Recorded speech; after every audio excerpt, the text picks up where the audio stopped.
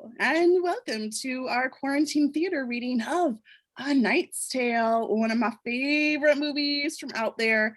We have an amazing cast. Like, these people are going to make me cry tonight. We have as Sir William Thatcher, Logan, yay! And as Roland, the incredible George. And as Watt, that goofy, the zany Jeremy. Yay! As Kate, we've got Jennifer. As the fair Jocelyn, the fair maiden of us all, the beautiful, the charming Molly. And as the evil Count Adhemar, this evening we have joining us Hunter. And a part we were doing Canterbury Tales. Yes, we are doing that as well. That's part two. As Sir Thomas Colville and Edward the Black Prince, same person, spoiler alert. We've got Travis, woohoo!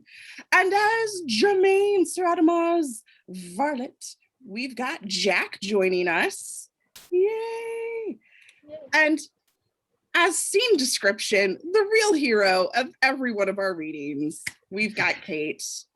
And I am Anne, and I will be your bard this evening, Geoffrey Chaucer.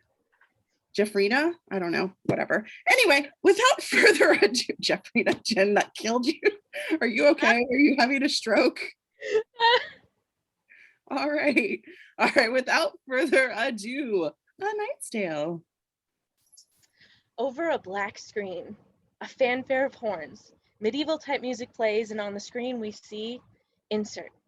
In medieval times, a sport arose, embraced by noble and peasant fans alike, through only noble knights could compete. The sport was jousting. As the music continues, we see a knight barreling down the lists and is knocked off by his horse by a lance. Insert. For one of these knights, and over the hill, former champion, it was the end. But for his peasant squire William, it was merely the beginning. Fade in on tournament grounds, day. William Thatcher. With a beard and shoulder-length hair, he stands looking down at something.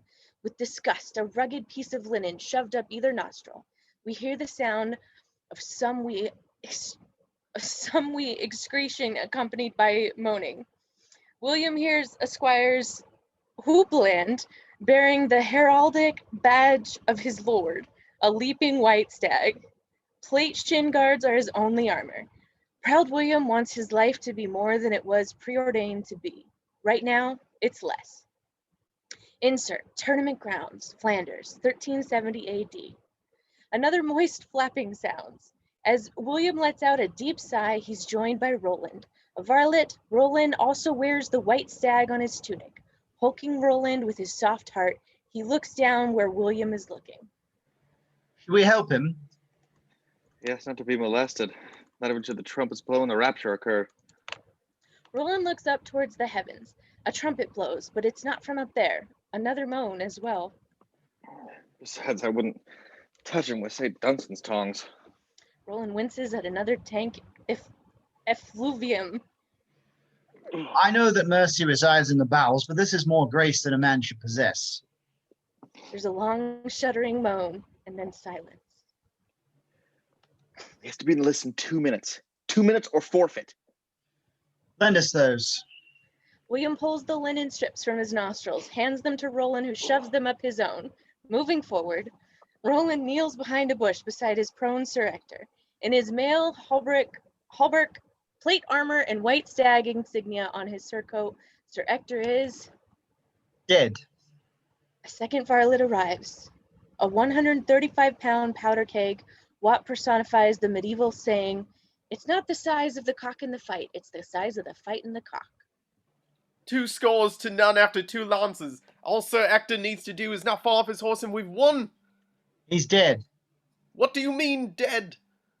The spark of his life is smothered in shite. His spirit has left him, but his stench remains. Does that explain it? No! He sleeps! Rouse him! Roland shakes his head. Watt's good cheer withers, dies on the vine. His grape not destined for wine, but for raisin. We're minutes from Victor. I haven't eaten in 3 days. None of us have what? Sir Ector has, or where would all of this shite have come from? We need Roland joins the others. to fetch a priest. He's not dead. He's asleep. And I'll wake him if I have to fong him in the hole of his ass.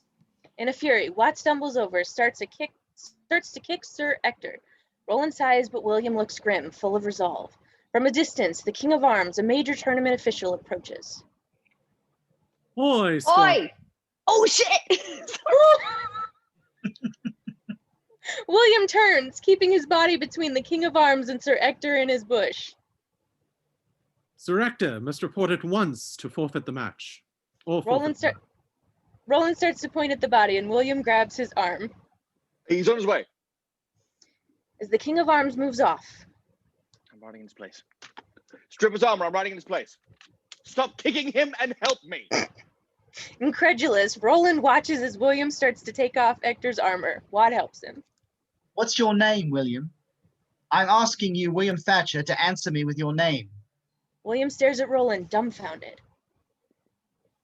It's not Sir William, it's not Duke or Count or Earl William, and it's certainly not King William. That. You have to be of noble birth to compete. Detail. The landscape is food. Do you want to eat or don't you? If the nobles realize who you are, there'll be the devil to pay. Pray that they don't. William takes Sir Ector's helmet, pulls it down over his own head. Roland finally starts to laugh. God love you, William. No one else will. Over a black screen, a fanfare of horns. The cheer of a crowd swells and then releases. We hear familiar rhythmic stomping in the stands. Queen in the voice of Freddie Mercury. You, Kate.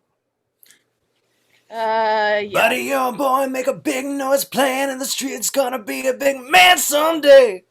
Thank you. As We Will Rock You continues, an opening credits roll. Cut to exterior list. The King of Arms, the nobles in the grandstands, the crowd of townsfolk standing in the wings, all wait impatiently. The tourney host, a duke, sits with his lady on in a box above the list. A jousting field nearly 100 yards along. A wooden 4-foot barrier separates two well-trodden runs. At the end of the one waits a knight in armor with his squire and varlets. They all wear their team uniform, a unicorn horn pointed towards the ground. The squire steadies an end to the knight's lance, a 12-foot long with cupped shield to protect the hand and arm at one end. It ends in a blunt iron corner.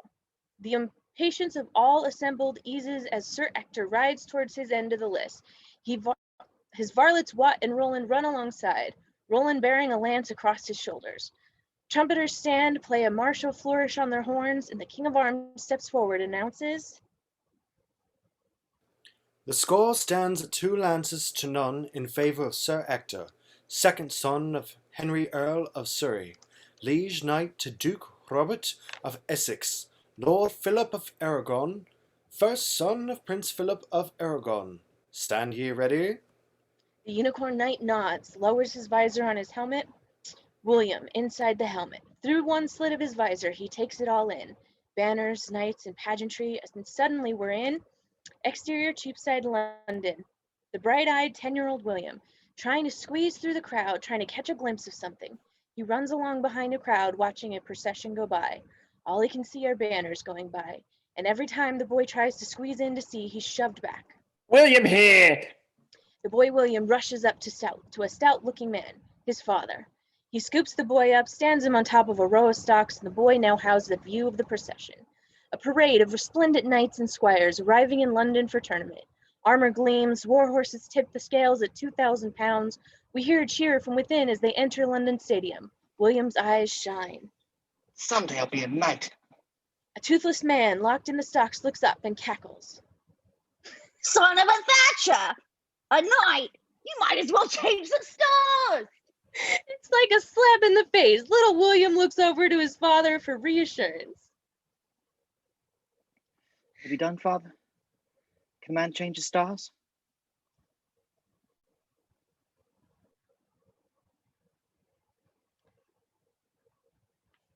Oh, I am your daddy. Yes, William, if he Damn it, believes Travis. enough, a man can do anything. It's like a promise. And as William smiles at his father, return to exterior list stay. Roland punches the daydreaming William in the thigh as Sir Ector, stand ye ready or no? William nods, takes his lance from Roland.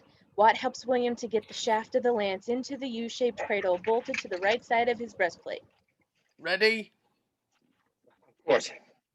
I've tilted against Sir Ector many times. In the practice list, as his target, you were never allowed to strike him. Badger me not with details. The landscape then. Stay on the horse. He needs 3 points to beat you, so a broken lance will not win it for him. He must knock you off the horse. I know how to score, Roland. They step back from him. He stares down across at his face. Waited my whole life for this moment. Waited your whole life for Sir Ector to shite himself to death. Box seats. A pursuivant raises the Duke's banner. The crowd is filled with anticipation as the banner comes down. Unicorn Knight urges his big horse forward, lance pointed at 45 degrees skyward. His squire runs along behind him. William's horse rears up, a moment to master him, and William is on his way, but the shaft of the lance is jarred free of the cradle. William tries to remedy this as he rides. The crowd begins to rise as thousands of pounds of flesh and force hurtle towards each other, and impact approaches. The Unicorn Knight lowers his lance level, aims it at William. He struggles to get his lance in the cradle for that perfect hit. Get it in the cradle. Get in the cradle. Get it in the cradle! His lance finally drops into the cradle, but as William looks up, crack! The corner of the Unicorn Knight's lance strikes him flush in the helmet just below the eye slit. The lance splinters, shatters under impact.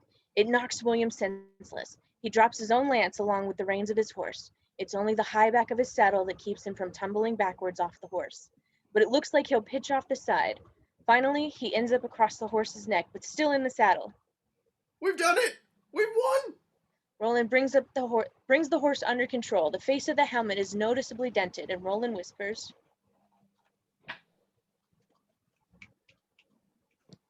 William, are you alive? I think my face is broken. Box seats. A few moments later, the Duke stands before the assembled crowd. Beside him, his lady holds a velvet pillow on which rests a golden peacock feather. Also here, the King of Arms. Across from them, William, still in his armor. Watt and Roland wait a few steps behind. Sir Ector. William steps forward. The King of Arms frowns. Sir Ector, remove your helmet. Roland and Watt exchange a look of dread and begin to edge back. My lord, I'm afraid the final blow of the lance has bent it to my head. As the final blow is bent into his head. William motions for him to shut up. The Duke nods, understands. As the Duke hands William his feather, Roland gives Watt a nudge and a smile. I present your champion, my lord. Polite, not overwhelming applause. And as the Duke starts to catch a miasmic odor wafting off William's armor, we cut to exterior Flanders tournament grounds. William exits, flanked by Roland and Watt with the feather. The final blow bent it into my head. Brilliant, William. William stops short and struggles mightily with the helmet. The truth, I'm suffocating under here. Cut to interior blacksmith shop. Watt and Roland wince at the sound of each hammer strike. Stripped of his armor but still wearing the helmet, William is bent over, his head on the anvil as the smith breaks the hammer down on it. Clang, clank. I'm not sure this is what King Arthur had in mind. William inside the helmet. His nose flattened against the side, each hammer strike shivers the metal, like being trapped inside a bell. And as the bell tolls, it takes us to dissolve to exterior crossroads sunset. Watt and William wait as Roland does business with medieval fence who examines the feather. Roland bites the coins. In background, a body in chains twists from a gibbet. Waving goodbye to the fence, he joins his two compatriots. Laughing, he holds out a palmful of small gold coins. 15 gold florins. 5 for William, 5 for Watt, and 5 for Roland, who's going straight home to England. As William stressed at the 5 gold florins in his palm. It's straight to the pub for me. Eel pie, brie tarts, and tansy cakes with peppermint cream. William's seen the future there in his hand. He looks up. We can do this. Do it. We've done it, boy. That's gold in your hand. I mean, we can do this. We could be champions. Give us coins. Watt and Roland hesitate and exchange a look. Now, come on, give me your coins. Watt and Roland reluctantly hand over their coins. William sets the 15 florins on the ground and gives one to Roland. That's one for you, one for you. Leaves 13. 13 for training and outfitting. Tournament at Rowan is a month from now. In 1 month, we could split a prize bigger than this one. In 1 month, we could be our way on a glory and riches none of us have ever dreamed of. In 1 month, we could be lying in a ditch with Sir Ector. I don't want glory and riches, William. I want to go home. Tansy cakes with peppermint cream. Dilled veal balls with ginger and squash fritters. I'll take my 5 now. William stares at them, pouring in the guilt. You can't even joust. Most of it is guts to take a blow and strike one. Guts I have. And technique, I have a month to learn that. Besides, the sword. Name a man better with the sword than me. In the practice ring. You're not of noble birth. So we lie. How did the nobles become noble in the first place? They took it at the tip of a sword. I'll do it with a lance. A blunted lance. No matter what, a man can change his stars. And I won't spend the rest of my life as nothing. Roland points up at the corpse hanging from the gibbets. That is nothing. And nothing is right where glory will take us. We're the sons of peasants. Glory and riches and stars are beyond our grasp. But a full stomach, that dream can come true. Determined, William makes it to fist around the gold coins. If you can take your coins, go to England, eat cake. If you can't, come with me. With the hangman as backup, William is ready to fight. Watt and Roland exchange an incredulous look. William's gone mad. They all stand there a beat. William smiles. You see, money doesn't matter. Watt and Roland rush him. Watt tackles him low, and on the ground, Roland smothers him. As Watt tries to pry open William's fist, the corpse swings overhead. We can change our stars. Watt bites William's fist. William screams.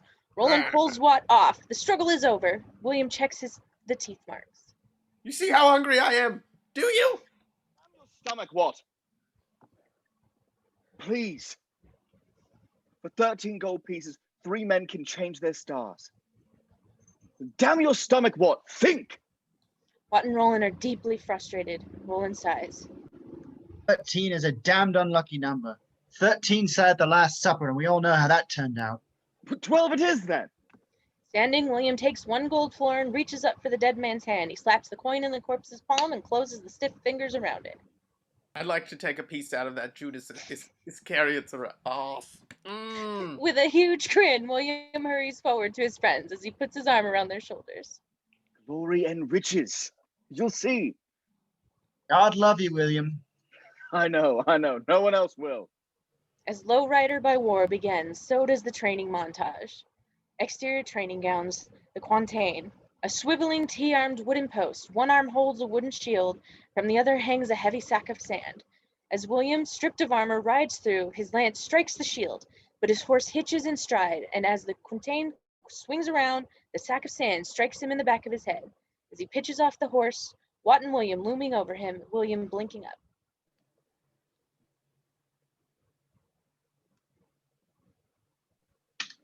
Again? Glory and riches, William. Again.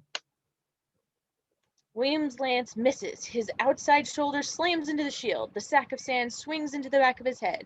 He's got it coming and going. Roped off ring training grounds, William uses a wooden sword to fight Roland, also armed with a wooden sword. Watt is behind William, armed with a branch. Switch! William spins, starts sparring fiercely with Watt. Roland wipes the sweat from his brow and catches his breath. William is fierce, obviously accomplished with swordplay. Switch. William turns just in time to block Roland, who's on him in an instant. As Watt catches his breath, a brass ring training grounds, snapping off its string as the tip of the lance plucks it from the air. William smiles at the ring at the end of his lance. He looks back over his shoulder at Watt and Roland. I did it! Not looking where he's going, William rides into a low-hanging branch. Whoop! It sweeps him from the horse. Exterior William training grounds. Lying on his back, his wind knocked out, Roland and Watt run towards him. As he holds up his hand to be helped, they run past him, to the horse. Its right foreleg obviously tender, and Roland examines it as Watt steadies the big beast. Lame. You'll need a week. Watch where you're going, you fool. As William drops his waiting arm back down, lance in hand, heading to the quintain, only he sits on a saddle mounted on what looks like a sawhorse on wheels. Watt and Roland run ahead, pulling the cart with ropes. Faster, faster! Roland and Watt want to kill him. As they churn faster, exterior hillside training grounds. Silhouetted, Watt and Roland pulling William and the cart as fast as they can. Two passing monks stop to watch them. Undu, those fellows work hard to get to hell. Exterior campfire night. As our trio chew on the remains of dinner, William draws in the dirt with a stick, the outline of a banner. Banner. Our emblem. Theme of Phoenix. Why waste the money? We have Sir Ector's white stag. So one may recognize it. We need to be reborn. Like a phoenix rising from the ashes. William scratches a rough phoenix into the dirt. A lion, lying down, head raised. Yes, a lion, but walking, right forepaw raised. How about rearing up on its hind legs, weight on the left? That's right. Everyone uses a lion. Can't you see? The phoenix. Its end is its beginning. Like myself. Well, if it's all about you, pick what you like. You're the knight. We are just humble servants. I bet a phoenix like the three of us, not just me. Watt reaches, traces two more in the dirt with his finger. 3 phoenixes then. William looks to Roland, who grudgingly nods. 3 it is. Exterior riverbank dory day. Being pulled along the river's edge by Watt and Roland with ropes from the shore toward a quintain set up on the riverbank. In full armor, ankles tied together, William stands. Lance in hand, William can barely balance. Slower, slower, accuracy. Faster, faster, balance. As William strikes the quintain, he falls off the back of the boat, disappears under the surface with a splash. Roland and Watt stand watching the ripples widen. Any minute now. Like a phoenix. William, underwater, flat on his back in 3 feet of water, held down by his armor. Bubbles rise from his visor. Suddenly, as Watt and Roland bring him sputtering to the surface, roped off ring. William drenched in sweat, the cries coming rapidly. Switch! Switch! Switch! He turns over and over, alternatingly block their sword thrusts. Finally, exhausted, Watt and Roland drop to their knees as he drops alongside them. Whatever happens with the lance, we have the sword to save us. Exterior, a lock of hair, training ground, sunset. Drops to a pile on the ground. Reveal William, freshly shaved, nearly totally shorn. You wouldn't recognize him. A whole new face.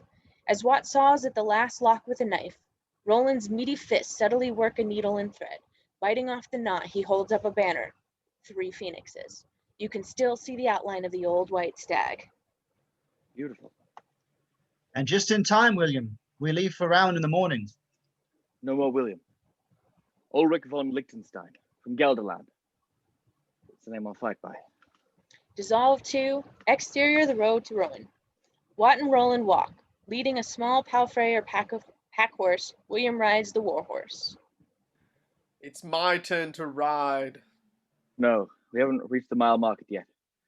I'm not sure you should.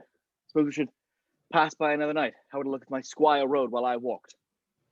I don't give a witch's teat. It's my turn. It's my turn. Maybe none of us should be riding. He's not the horse he used to be, and we need him. Fine, fine, fine. Ahead, a nude man walks slowly along the side of the road, slowly, deliberately, his feet obviously in pain. As they come up alongside, the nude man barely notices. Morning. Morning. Morning. Why, sir, what are you doing? Trudging.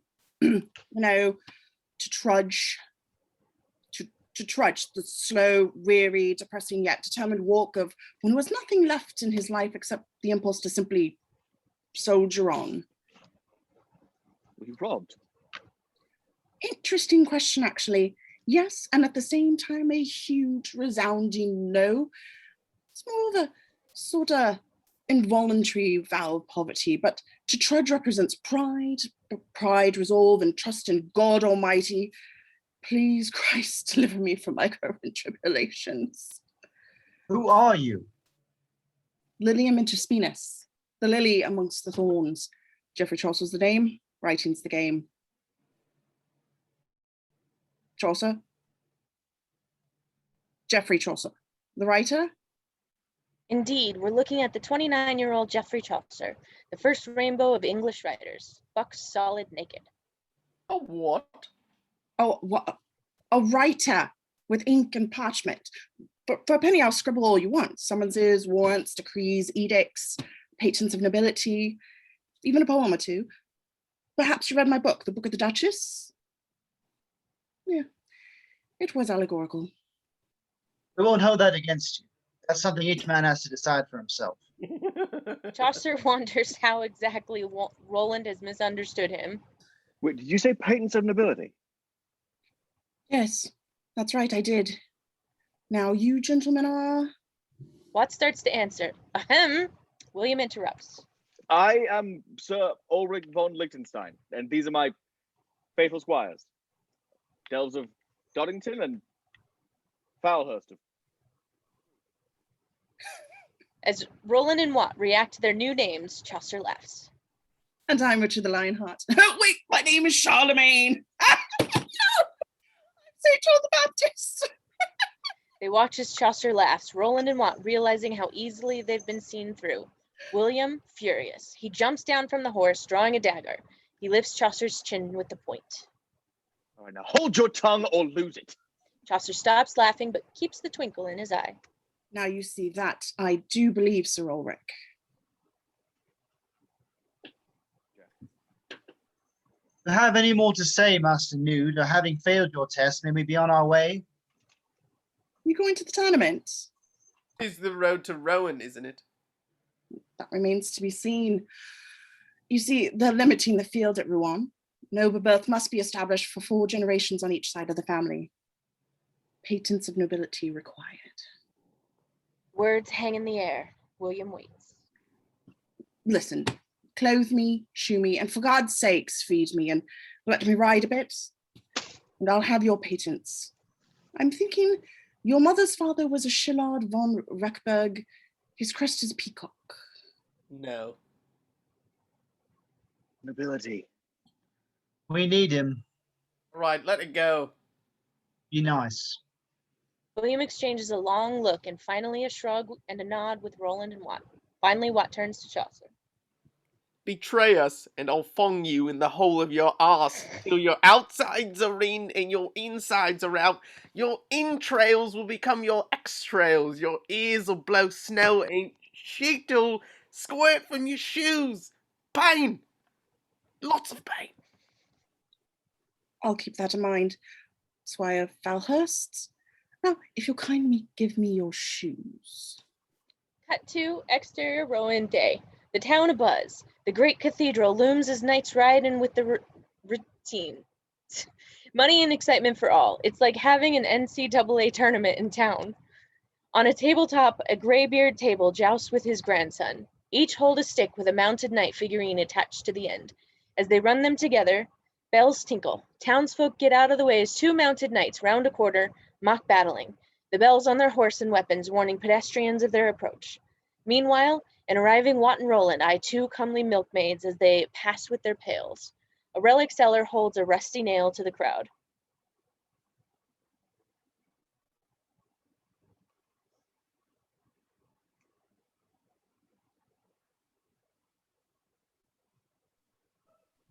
Roll up and down the marble ball of Christendom, the very nail that held Christ's left hand to the cross. Chaucer walks beside William, who rides. Chaucer wears a triple phoenix badge and holds a rolled paper in his hands.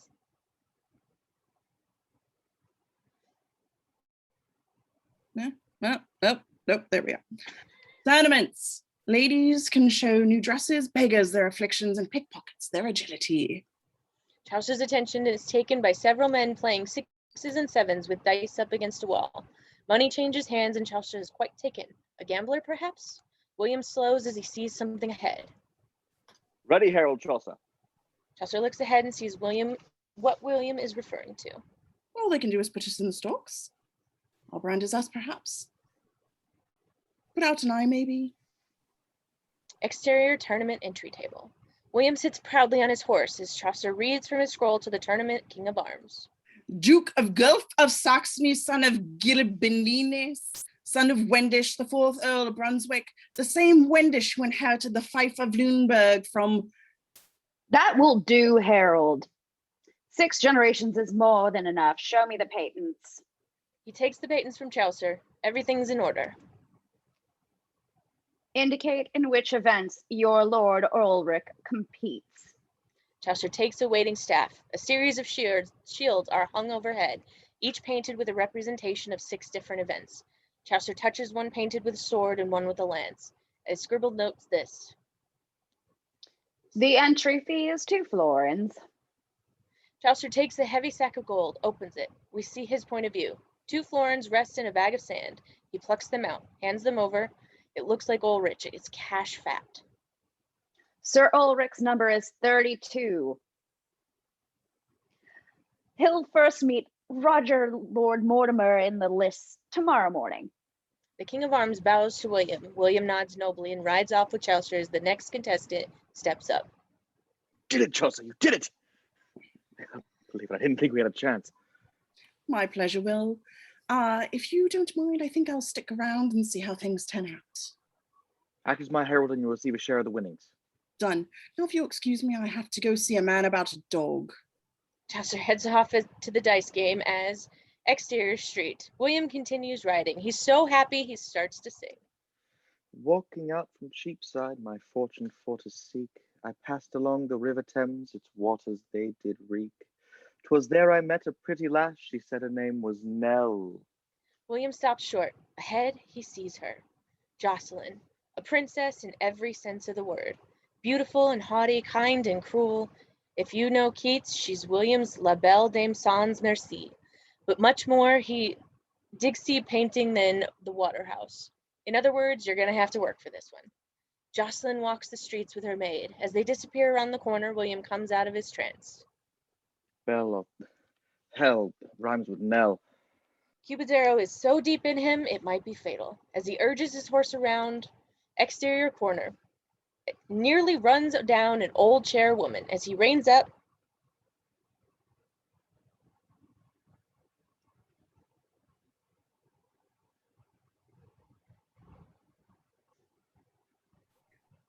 The check of you no good bloods, you think you own the streets. A poor old woman doesn't need more than a bump beneath your hooves. William watching desperately as Jocelyn disappears into the crowd. The chairwoman begins to beat on his leg. But judgment day comes. The meek will inherit the earth. I assure you, Mom, I was common as meek as you are. Exterior street 2. Jocelyn walks purposely with her maid, who's quite a looker herself. Still, no comparison. Jocelyn's eyes flash quicker than her smile, and they cut you in two. We hear approaching and then slowing of hoofclops. William rides parallel, 10 feet away, staring, his mouth agape. Jocelyn doesn't look over, but she knows he's there.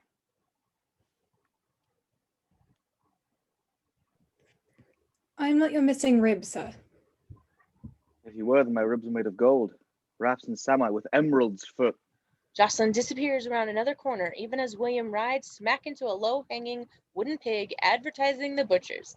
As he struggles to unencumber himself, exterior church, close on Jocelyn. As William catches up once again, she's climbing broad, low-rise stone steps. Stricken, William rides right with her. Would you speak to me? Speak, but sir, my sex are marked by their silence. And they're passing through two huge wooden doors. The sunlit light cuts out as we're now inside. William oblivious. Interior church. I would hear you speak if it cost me my ears. That is well, for I do not want silence in my life. The hooves echo as he rides down some wide passage that were still too tight on them to make out. Tell me your name. She stops. She steps to her left, her maid looking aghast alongside her. William reins to a stop. We're aware of the sound of shocking murmuring voices in the background. Would you care if I were ugly? Yes. I mean, no. I mean, You desecrate the house of God. Widen to reveal that William has ridden into the nave of the magnificent Cathedral of Rowan. Framed by stained glass, William realizes as well. An old bishop swings his crosier. A dozen young priests rush at him. Parishioners here for mass are shocked. William is shoved back, but still enchanted. His horse rears, and Jocelyn isn't completely unimpressionable. This is the most amazing thing she's seen in a while. Tell me your name, woman. What would you do with my name, Sir Hunter? Call me a fox, for that is all I am to you. A fox. And a fox you shall be until I find your name. My foxy lady. Jocelyn laughs as William is swept back through the doors. He's a handsome hunger, I'll give him that. And William is gone. Jocelyn finally stops laughing under the remonstrative stare of the old bishop. Does this not shock you, Jocelyn? Certainly, father. I only laugh to keep from weeping. She sells it pretty good, and he softens. Oh, beauty is a curse.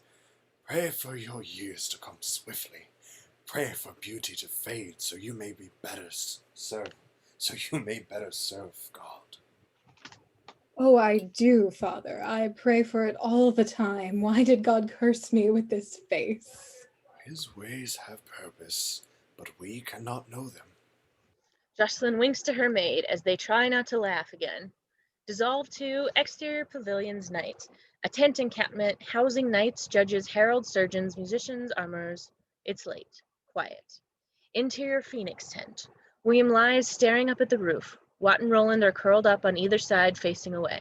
The horses, armor, equipment, and an empty space for Chaucer take up the rest of the cramped camp. Watt snorts softly, almost whimpering in sleep. William, wide awake, heaves a sigh. What was that? Sound of love, Roland. For the love of victory, William, go to sleep. Can't. Love has given me wings, so I must fly. It's Roland's turn to sigh, deep, surrendering. I can't explain it. She makes me feel like a poet. You might feel like a poet, but you sound like an idiot. Her name is Aphrodite. Calypso. Venus. Take your pick. Finally, Roland rolls over and looks at his friend. Women weaken the heart. Without your heart, you cannot win. Concentrate. Watt sits bolt upright. You're right, Roland. I will. They both close their eyes. Watt rubs his and looks around. Where's Chaucer? Never showed up, or without a herald, I'm afraid. No loss. Fact is, I'll keep the skin on my knuckles. As Watt lies back down, we enjoy a peaceful moment before hard cut to exterior list. Roger Lord Mortimer Day. Filling frame, heading right for us until a lance shatters against his chest. That slows his momentum considerable. And as William rides past, only 3 feet of his 12-foot shaft is left. Watt and Roland exchange a look of disbelief. He did it. William acknowledges the measured cheer from the crowd and rides past. Well, shit. After 3 passes, Sir Ulrich von Liechtenstein defeats Roger Lord Mortimer, 1 lance to none. William rides back to vocal and hearty congrats from Watt and Roland. He's caught up in the moment before. Easy, boys. They're likely to think it's the first time I've broken a lance. But it is, William. So Ulrich has broken 1,000 lances. Well, dismount, master of 1,000 lances. We're doing the sword ring in 2 minutes. Wait, my armor is too large.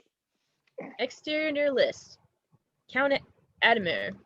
The velvet-covered razor premier jouster of a generation. He watches William from a distance as his squires strap beautiful armor onto his drastically outstretched limbs. Germain. He doesn't call out loudly. People are expected to listen when they're near him. He's toady herald. Germain steps over. The knight there. What badge is that? Triple Phoenixes. Germain rolls through his tournament scroll and finds it. Ulrich von Liechtenstein, a Duke of Gelderland. Gelderland? Well, east of Rhine, I believe. Edamar reacts as the squire pinches his arm, clinking a strap. The squire tenses, expecting whap, the backhand. Make me aware if it looks like I should face him. Yes, my lord Adamir. As Adamir frowns, we see he's frowning at, cut back to, William. Standing still as Roland and Watt use wooden clubs to bean his shoulders, back, and chest. Finally, they stop, out of breath. William lifts his visor, troubled, uncertain. No, it's still loose.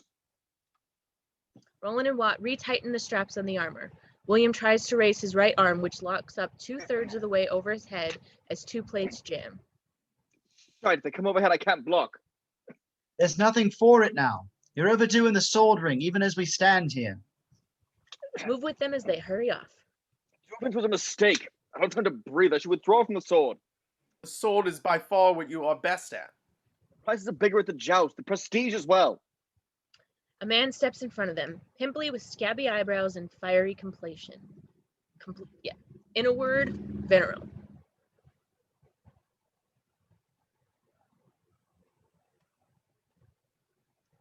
Ulrich von Liechtenstein? Our trio exchange suspicious looks. Who the hell is this? Yes. I don't think I'm this guy. Nope, it's Jack. Damn it, Travis. I am Simon, the summoner. Damn it, Travis. And I'm overdue with the sword arena. William's about to move past him when... I must detain you on behalf of your herald. Cut to exterior behind pavilions moments later. Chaucer stands, naked again, hands bound together, looking across at William, Roland, and Watt. Simon the Summoner is here as well as the corruptly corrupt Peter the Pardoner. Try saying that 5 times fast. Peter holds a dagger vaguely directed at Chaucer. You wouldn't have a robbed, were you? No. I have a gambling problem. I can't help myself. And these people will quite literally take the clothes off your back. What do you expect us to do about it?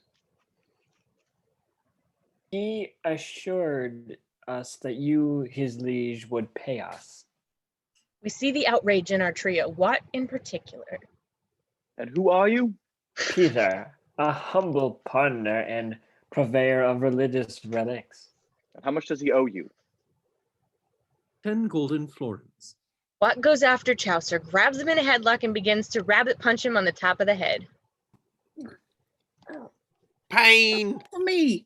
Pain! Take the pain! A mini melee as Roland and William pull Watt off. Furious now, William faces the Summoner. And what will you do to him if I refuse?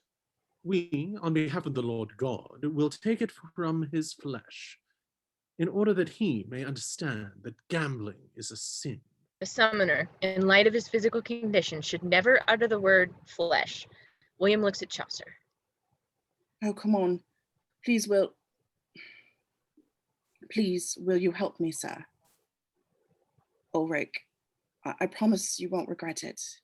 Roland clinches Watt as the little man lunges again. You can take it out of whatever flesh I leave behind. I want enough! I don't have the money now, but release him, return his clothes, and I swear you'll get it. Done. Pardoner uses the dagger to cut the ropes. You've got a great heart beating in you, Ulrich. I see that now. Shut up. Cut to exterior sword ring, William and Chaucer. William strides with extreme purpose. Chaucer struggles to keep up and pull his tunic over his head at the same time. You lied. Of course I lied. I'm a writer. I give the truth in scope. William looks grim as they reach the roped-off sword ring. William continues in receiving a blunted sword from Roland, who stands alongside a tournament official. Behold, my lord, Ulrich von Liechtenstein. Too late, he's been announced. Oh, well. 10 blows by sword, Sir Ulrich to receive first. As William lowers his visor, a knight with a hawk badge waits no time as he steps up, takes his best 10 whacks at William. William is a whirlwind, blocking and only blocking the first 5 swings that Hawk Knight gives. The 6th glances off William's sword and just catches his shoulder. 2 judges raise flags indicating a strike. Blows 7, 8, and 9, all delivered in an obviously practiced sequence, are all blocked. Frustrated, the Hawk Knight circles let feints several times before bringing the sword down directly overhead. William's right arm blade sees up 2/3 of the way into his block. The flat of the Hawk Knight's sword conks William across the top of the helmet. 2 strikes for Sir Walter Loring.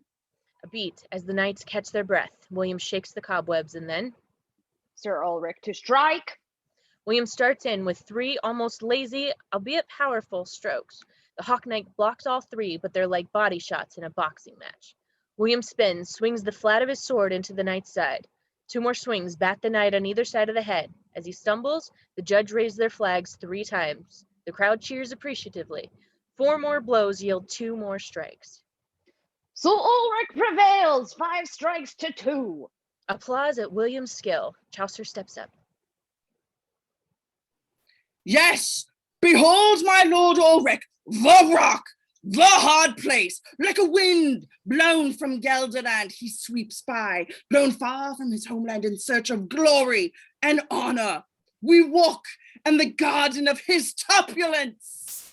There is silence. The crowd doesn't know what to think of this speech. Roland and Watt are a bit confused as well, but they think they should do something. Yeah! Cheers as the crowd supports William. Chaucer struts over. Your arm in my tongue and there'll be no stopping you. William finally smiles. Chaucer smiles back. And as BTO launch into taking care of business, cut to interior ruined cathedral. On a young priest moving down the line of parishioners, a woman holds out a baby. The priest sprinkles holy water on its head, then a second baby. The priest looks like he does this all day long, then stops short. A knight stands holding out his sword. Other knights hold their armor, lances. Watt and Roland present the phoenix banner. The priest sighs, starts shaking out the holy water. Cut to exterior tilting lists as William shatters a lance on another knight's chest. He improves with each pass. He's a natural, he is. Exterior sword fighting ring. White scoring flags go up as William delivers blow after blow with the sword. As the crowd goes crazy, exterior baker's shop. Roland, William, Chaucer, and Watt watch the pies coming out of the ovens, patrons leaving with cakes. Watt may faint. All we have left is a penny. It's only enough for one of us to eat. We're all hungry, what? Food should go to the one who needs the most strength. As the 3 of them look at William, cut to the 4 of them chewing air, watching their war horse chew through a barrel of oats. The horse is the one who most needs his strength. Exterior lists. As William rides past his opponent, hold on Watt and Roland. They wince at what sounds like a car accident, then rush forward. Take them to William, who rides back, dropping a broken lance to the ground. His armor is split open as he twists to show them. Ugh. We should have saved a penny for the blacksmith. Interior armor's pavilion. Hammers click or pound depending on the severity of damage, and William talks to a series of smithies. Sorry, I'm up to my hips in it. It's cash first, no promises. May try the Ferris. A woman. Beggars can't be choosers, Lord.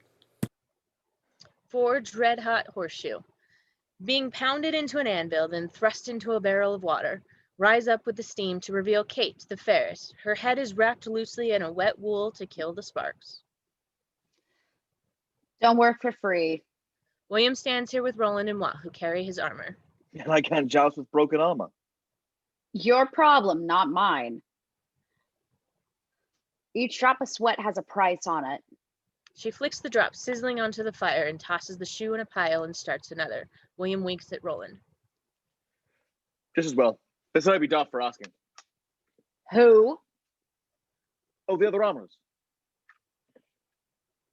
They said I couldn't do it because I was a woman? No. They said you were great with horses, but shite with armor. The fact that you were a woman wasn't even mentioned. She does a not slow burn. She creeps over, grabs the broken breastplate from Roland's hands. Cut to exterior list. The grand stands by points of impact packed with nobles, including several outrageously beautiful women. The wings packed with poor townsfolk. This sport cuts through class. Cat's meat and hot wine. Cat's meat and hot wine here. A roar builds as below 2 knights hurtle at each other on horseback. We're on the crowd as they cheer the impact. VIP box. Jocelyn sits stunningly bored with her maid and several other more enthusiastic young nobles. She should be on the cover of medieval Vogue, and has been. 2 knights pass by below, one after the other. Lady, I will win this tournament for you. Nay, I will win this tournament for you. As she sighs, Jocelyn's arrogant brother steps over with Admir. It may not seem so, but it's a formal introduction. May I present Count Adamir, who, for some made reasons, wishes to meet you. If wanting to be introduced to the most beautiful woman in Europe is mad, then so be it. Jocelyn nods acknowledgement to Adamir's bow as the crowd cheers a pass in the list. Adamir's attention is there. Do you pretend to fight, Count Admir, or do you wage real war as well? I am the leader of the Free Companies. My army is in southern France for the moment. Germain is here and leans into Adamir's ear. You want to be informed, or should the Tri-Phoenix Knight appear on your horizon? Adamir follows Germain's gaze to where William rides in. If he wins this tilt, he'll face you for the championship. The list. Scanning the crowd, William grips Chaucer's arm. His armor has been trimmed down. Jeff, is my lady. Jeez, you aim high, William. If there's another way to aim, I don't know it. What should I say to her? Adamir looks from William back to Jocelyn. Do you think of the joust? It's very abrupt, and I'm afraid I don't understand the rules. No, I shall educate you. A match is 3 lances. 1 point is awarded for breaking a lance on the man between the waist and neck. Exterior tournament. A single leveled lance seen from the side. As the tip meets a knight's breastplate, the lance shatters in slow motion. A judge raises a single white flag. 2 points for breaking on the helmet. It's difficult. The helmet sweeps back. Most blows glance off, leaving lance unbroken. Exterior list. A knight's helmet is right on time for meeting with a lance. It shatters and the knight is knocked senseless. 2 scoring flags are raised. 3 points are awarded for bearing the rider to the ground. A beehive knight hit high on the chest. Borne into the air, he lands flat on his back. A dive into wet concrete. 3 scoring flags are raised. Also, should you bear the rider to the ground, you win his horse. You can ransom it back to him or keep it as you see fit. Adamir looks at her a beat. And do men die in the joust? Lance's points are tipped with cornels. This blunts them. Of course, accidents happen. A doomed knight. A lance shatters on impact. A huge splinter breaks free and penetrates the slit in the doomed knight's visor. The body reacts, then slumps. No way he survived it. His opponent reins up, flips his visor to reveal Adamir. He watches without pity. Oh, goddamn you. The dead knight falls from his horse to the ground. Adamir looks to one of his varlets. Retrieve his horse. Exterior box. The face of the field dissolves into one in the stands. I myself, Jocelyn, have never been unhorsed. Nor have I. As they stare at each other during a very pregnant pause, Your name, lady. I still need to hear it. they look down at William, who stands below them. Sir Hunter, you persist. Or perhaps angels have no names. Only beautiful faces. That goes over well, except with Adamir. William looks in the direction of Chaucer, who obviously gave him the line. And you are... My name is, You've forgotten. Or your name is Sir, The nobles laugh, with the exception of Jocelyn. Ulrich. Von Liechtenstein. From Gelderland. I'd forget as well. What a mouthful. Your armor, sir. What about it? How stylish of you to joust in an antique. You'll start a new fashion if you win. My grandfather will be able to wear his in public again. And a shield, how quaint. More laughs. William is embarrassed, angry. He can think of little to do but ride away, as Jocelyn watches. Some of these poor country knights, they're little better than peasants. The list. A skinny herald lists the lineage of William's formidable opponent, Thomas Colville. Second son of Sir Wallace Percival, 3rd Earl of Warwick. My lords, my ladies, it's an honor to introduce my liege, Sir Thomas Colville. Applause for crimson-clad Colville and the exhaustive listing of lineage. Chaucer gives William a wink. Hang on to your helmets, my lords, my ladies, and everybody else here not sitting on a cushion. Today you will find yourselves equals, for you are all equally blessed. For I have the pride, the privilege, nay, the pleasure of introducing a knight sired by night, a knight who can trace his lineage back beyond Charlemagne. I first met him praying on a mountaintop near Jerusalem, asking for God's forgiveness for the Saracen blood on his sword. Next, he amazed me in Italy, where he saved the fatherless beauty from the would-be ravishings of her dreadful Turkish uncle. In Greece, he spent a year in silence, so to better understand the sound of a whisper. And so, without further gilding the lily and with no more ado, I give to you the seeker of serenity, the protector of virginity, the enforcer of our Lord God, the one, the only, Sir Ulrich von Liechtenstein. Thank you.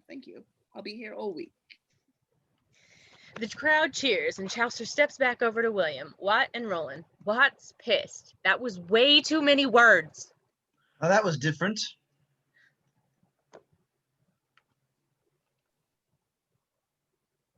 It's time we celebrate our differences. Just maybe not in public. Watt gets in Chaucer's space, so made he's just growling. Yes, Master Falhurst, I know, a good fonging is on the way. I got their attention. Now you win their hearts, Will. William nods, but his eyes remain fixed on Jocelyn, the only heart he's interested in. Exterior VIP box. Adamir and Jocelyn watch William and Colville rapidly shorten the distance between them. We're on their faces at impact. Adamir intent, Jocelyn amazed. The crowd roars. William wheeling back past Colville, both men tossing shattered lances to the ground. Returning to his end, William has one thing on his mind. To Chaucer. Very good. Was she watching? Jeff, Yeah, she saw you. did you see me take the hit? She saw you take the hit. Was she concerned? It was dreadful. Her eyes welled up. It was awful. In the box, they watch as they hurtle again. Snap! Again, both lances shatter. The crowd erupts. Adamir looks back to Jocelyn's brother behind him. Colville has perfect technique, yet I've never seen it before. Nor I, but this Liechtenstein, his technique is rudimentary, style non-existent, still, is fearless. Fearless? How so? The slit in the helmet visor is narrow, but splinters can penetrate it. Most knights raise their chins at the last instant. You lose sight of your opponent, but you protect your eyes. Sir Ulrich doesn't. He keeps his eye on the target till the end. A true hunter. And you, Count Adamir? Do you raise your chin at the last to protect yourself? Of course. My style and technique are impeccable. I don't need my eyes at the end, and I would prefer to save them so I may look on you. Applause from the surrounding nobles for this gallantry. List barrier. As Colville and William pass each other on their way back to position 1, clutching his side, Colville reins up. Through his visor slit, we see his eyes. They're good eyes. Also, as Colville adjusts his helm, we see the heavy scar across the back of his right hand. So Ulrich, I'm through. What I've never not finished before. I wish to keep my honor intact. William nods. He understands. Cut to exterior box. The flags are up, a tie, 2 points to 2. At the signal to the knights start at each other, but without the usual fury. They're slower. The lancers are lowered from 45 degrees to level, but neither William nor Colville try to hit each other. They pass completely in the joust. As the match is announced a tie and Colville is helped down heavily from his horse. A draw, and Colville is hurt. Colville turns and salutes William. As William salutes back, Colville's herald drapes white of Colville's banner. Colville withdraws. Ulrich advances. But why didn't Ulrich finish him? Shows mercy. And then he shows his weakness. Well, that is all mercy is. Exterior sword ring, where a knight with a gold key badge wails away his 10 strokes on William. He swings expertly. William blocks well. Still, when it's over, 4 white flags are raised. William goes to his corner. Roland, Walt, and Chaucer, examining a dent in the armor by his shoulder. That Ferris did well. I bend, but I do not break. Shuffles left when striking. He'll shuffle right blocking. Step into your blows to his right. He'll lose balance. William nods and claps Roland on the shoulder for the advice. He turns across from the fleur-de-lis, awaiting the signal. 5 strokes does it. They drop the signal to start. As William steps forward, super slow-mo. Over serious by the Alan Parsons Project, as William moves, whirls, and strikes, he becomes something abstract, something beautiful. This is personal expression. This is catharsis. This is substantiation. This is identity. And the flags go up 1, 2, 3, 4, 5, and 6. Return to the speed as crowd cheers. Watt and Chaucer embrace. Roland steps over to his old friend, grinning. You've done it. You're a champion. You have the sword. That's why we're standing here, isn't it? Now off to the lists. Cut to exterior list. Adamir rides into position. In jet black armor on a jet black horse, he looks quite awesome. Across the way with Roland standing alongside, William watches. Count Adamar. I don't think I've ever seen him lose. You? No, but defeat him and you'll see it firsthand. Chaucer steps over with Jocelyn's maid, Christiana, in 2. She carries a diaphanous scarf sewn with pearls. Sir Ulrich, this is Christiana. My Lady Jocelyn bids you wear this token. Certainly. She also said to tell you her name. Yes. Is Jocelyn. As William whispers her name, he takes the scarf from her. Exterior Count Adamar lists. Mounted, receives a lance from one of his varlets. He hefts it, casts it to the ground. Heavier. At once they have another one for him to heft. He nods, satisfied with the weight, with eyes slit towards William. My God and my arm, Mr. Childerlander will know he was struck. Exterior William, mounted, scarf fluttering from atop his helmet. He looks across an imposing Adamar, then down at Roland. He has no weakness, William. No bad habit to exploit. Just aim dead center and hang on. Exterior Germain lists. Stepping up in his finest finery, bowing grandly to the stands. Then, with the utmost self-importance, My lord, the Count Adamir, son of Philippe de Ventry, son of Gilles of Champagne, master of free companies, a shining example of chivalry and manhood. healthy applause, more for Adamar's prowess than stiff introduction. Chaucer passes Germain and whispers, You're not fit to herald a woodchopper. The crowd quiets to listen as Chaucer moves down the line. I cannot look upon my lord, for I weep to see his shining face. Sir Ulrich is a gift to your eyes, for you should not see his like upon this earth again. Chaucer dramatically lowers his head. Several moments pass. I would list his lineage if it would serve honor him. Most men here look to the past to prove their worth. They look to the deeds of their fathers. Sir Ulrich has great ancestors, make no mistake. Sir Schilhard von Ruckberg, Duke of Guelph of Saxony, Windisch IV, Earl of Brunswick, but his great ancestors pale in comparison to him. I don't list them to honor him. I list him to honor them. The crowd loves how clever Chaucer is, as Adamar glances at Germain. And so without further gilding the lily, I give you the keeper of the flame of Aragon, first man through the breach at Bethlehem, seeker of serenity, protector of Italian virginity, enforcer of our Lord God, Sir Ulrich von Liechtenstein. The crowd goes crazy. Chaucer walks past William and winks. The start flag, suspended for a fluttering instant as it ripples down. William, eyes clear on the target, he urges his horse forward. Clods of dirt rip up under its hooves. Adamar one with his horse, whose haunches ripple with power. Jocelyn, in the box, holding her breath. Grandstands, Kate the Ferris here to see if her handiwork will hold up. Lists, William and Adamar. This shot is why the 2.35 format was invented. Fucking Adamar hurtling forward from one end of the frame, goddamn William pounding in from the other, and the best dolly grips and camera operator in the world, keeping them edged as we hurtle in. T-boning right into the point of impact. Both lance are reduced to shards. Roland and Watt cover up under the spray of splinters. William's horse veers hard left under the impact, and Adamar's horse rears back. The reins wrapped around his left hand, the only thing keeping him from tumbling off.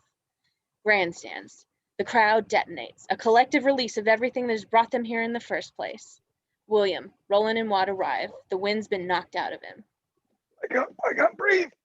As they loosen the straps in his armor, Adamir, trying not to scream, clutches his left shoulder. No style whatsoever, but neither has an anvil. William, breathing easier, looking back towards Adamar. It's like a hammer. Amazing. But not perfect. He aims high on the chest. Throw back your right shoulder as you strike, and his blow may glance to your right. Only if he strikes on the right. If he strikes on the left, I'll be obliterated. I didn't say it wasn't a gamble. Cut to exterior lists the second pass. Ground zero. William commits his lance, twists his right shoulder back. Adamar's lance lances off William's armor to the left, and William's lance breaks. As they continue, Adamar looks down at the lance in his hand, unbroken. He looks back to see a second white flag raised for William to his one. To see William being congratulated by Roland and Watt, Chaucer is strutting along to the stand like a rooster, then back to his lance, unbroken, and it rocks his world. In the box, Jocelyn's brother looks from William to her. She beams. Well, there may be some technique there after all. Exterior lists. As they ride back past each other, Adamar reins up.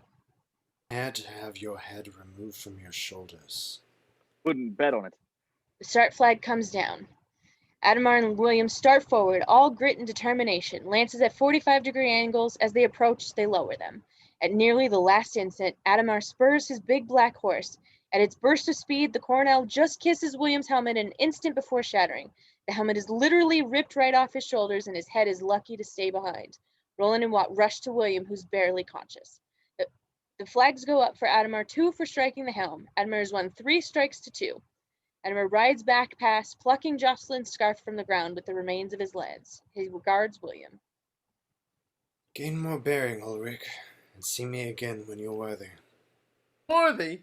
I'll fong you in the whole of your ass, fong you till you're worthy of your knees. Grr. The black horse takes a step back as Watt hits the barrier, starts to scale it, get to Adamar. Chaucer swoops in from nowhere to restrain Watt in a headlock. Well done, my lord. Well done. Go and see to Ulrich.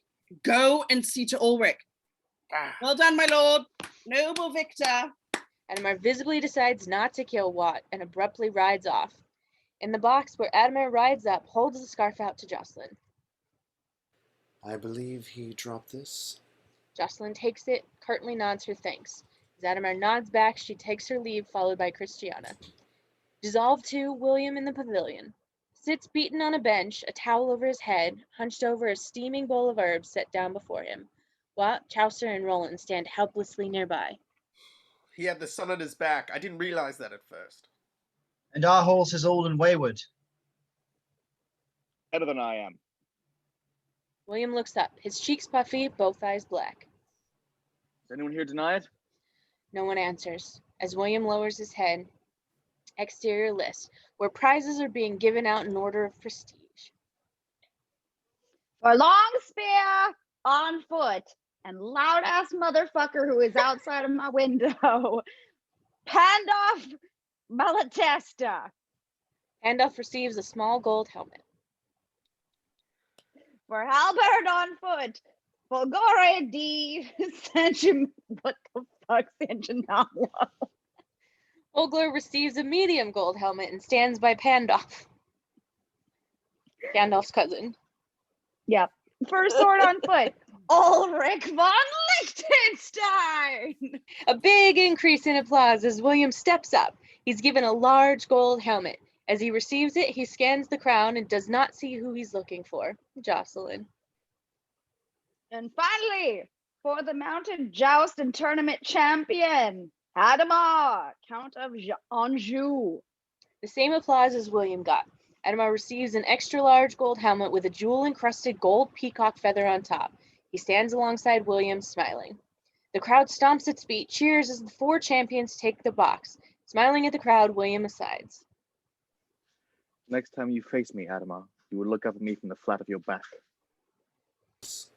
You have been weighed, you have been measured, and you have been found wanting. Adamar strides away, leaving William in a foul, prideful mood.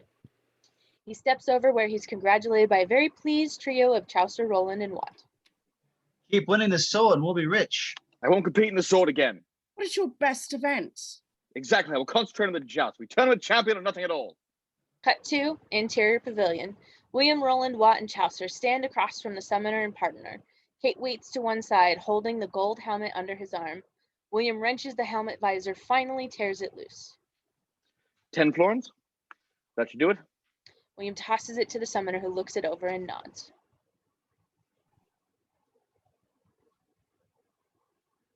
Simon the Summoner. Jack.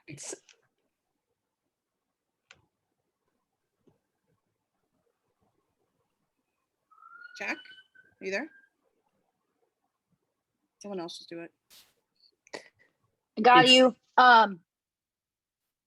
It's sixes and sevens tonight, Chaucer. Do you feel lucky? Do you wear enough clothes? Go on, be gone. I'm done with you. Through with you, except to exact my revenge. What could you possibly do to us? I'll eviscerate you in fiction. Every last pimple, every last flaw of your character. I was naked for a day. You two will be naked for eternity. Laughing at the absurdity, the partner and summoner move off. William hands the rest of the helmet to Kate. Here. Take what we owe you. Kate has metal shears, is about to cut the helmet when... The armor you wear. It was not made for you, was it? Is she suspicious of them? They exchange looks. What of it? I could make you such armor. You wouldn't even know you wore it. How much would it cost me? Just take me as far as Paris. No, we travel alone. Take your gold and go. Pissed, Kate chops off a piece, tosses the helmet back at him, and stomps off.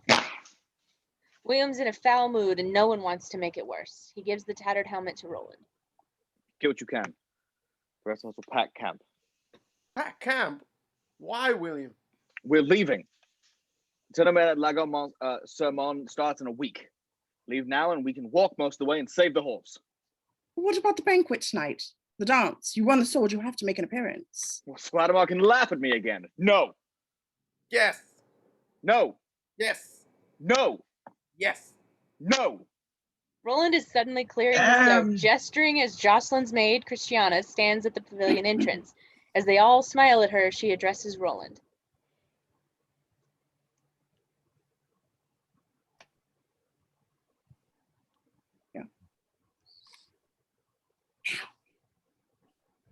I'm sorry for sucking so much tonight, That's okay. you guys. It's okay. It's okay.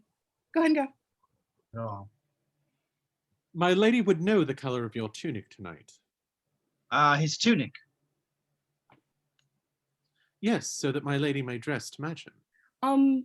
We regret to inform your lady that we won't be attending the banquet. Do not answer questions you do not know the answer to. Sorry, sir. What color is my tunic tonight? Roland looks about, spots the green of the pavilion tent. Green. Green with black trim. Christiana curtsies and smiles at Roland and starts off. As Roland watches after her, interest growing. Oh, this is a disaster. Roland feels the cloth side of the pavilion fabric. No, William, it'll tunic up very nicely. What, you dagger? No, that's not a disaster. I don't know how to dance. Interior stable, sunset. Dance master Jeff Chaucer pounds a beat on the floor with the end of a stick, walks William, Roland, Watt, and the horses through the steps of an elaborate courtly dance. They smash into each other, walk into the back of the horses. Kate enters, carrying a heavy load of new horseshoes. She spots the dance class and moves quietly closer. Surprised and pissed to see them at first, she starts to smile. As Chaucer and Roland separate, William and Watt step in between them, take each other's hands, and start to twirl. And 1 and 2 and 3 and 4. Your hand should be light like a birdie on a branch. And 1 and 2 and 3 and 4. No, Watt doesn't lead, he follows like a girl. Watt stops in place with a flash of anger and punches Chaucer.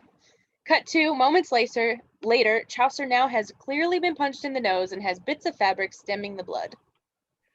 And 1 and 2 and twirly twirly twirl and 1 and 2 and you're still getting it wrong. And 1 and 2 and 3 and 4. You can hit me all day 'cause you hit like a wolf. A girl. That's it. That's enough. Watt charges towards the bemused Chaucer again as William holds him back. All right, get back. What? Quiet. He started it. Oh, he's touchy. He bursts out laughing. They all stare at her for a moment, but it takes a while for her to stop.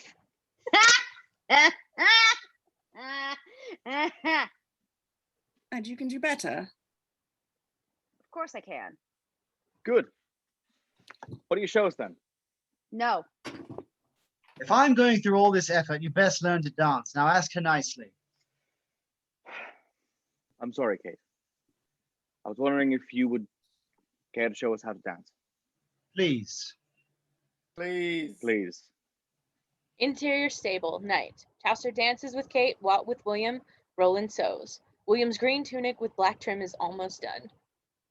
And 1 and 2 and 3 and 4 and 5, 6, 7 change partners and 1 and 2, 3, 4, 5, 6, 7. Follow me. They switch, Kate dancing with William, Watt with Chaucer. In fact, she does much better than you, Master Mumblebell. Kate looks up and frowns at William's matted hair. You're not going to wear your hair like that, are you? Is there another way? Exterior street. Watt, Roland, Chaucer, and Kate walk William to the banquet. William's hair is spiked silver, almost metallic, like a Japanese comic book hero. Remember not to belch, William. And don't pick your teeth with your knife. And don't wipe your hands on the tablecloth or your tunic. You can't do that either. No. And you eat in pairs, sharing the wine cup. You must wipe the edge clean after each sip and put the meat scraps in the voider, not back in the serving dish. Right. Got it. Here, hold still. They stop by this entrance. Kate, some goop on the palm of her hand, wipes the thumb of it under each of William's eyes. Both of his back eyes essentially disappear. There. You're perfect. Hung. Jeff, give me a line. For Jocelyn.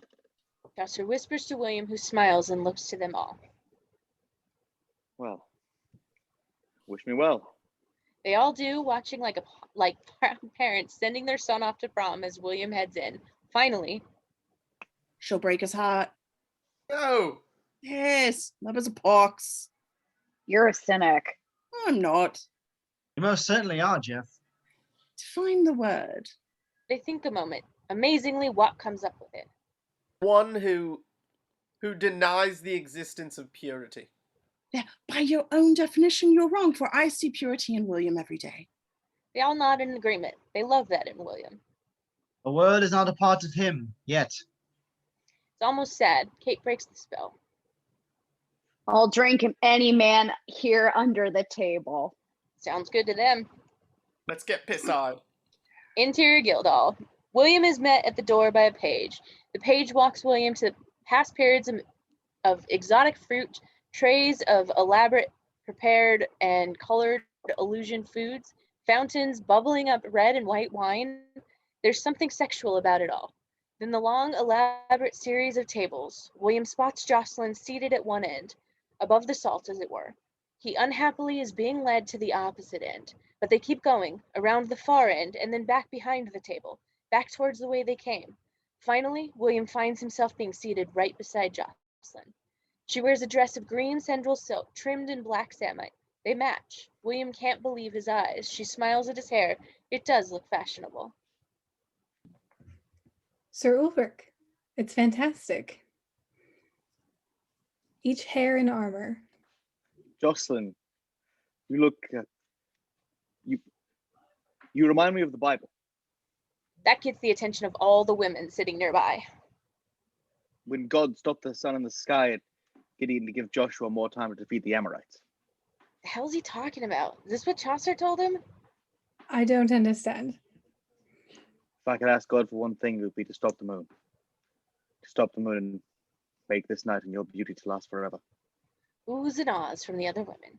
Jocelyn melts a little before our eyes, and then Count Adamar is here, being shown to the seat on the other side of Jocelyn.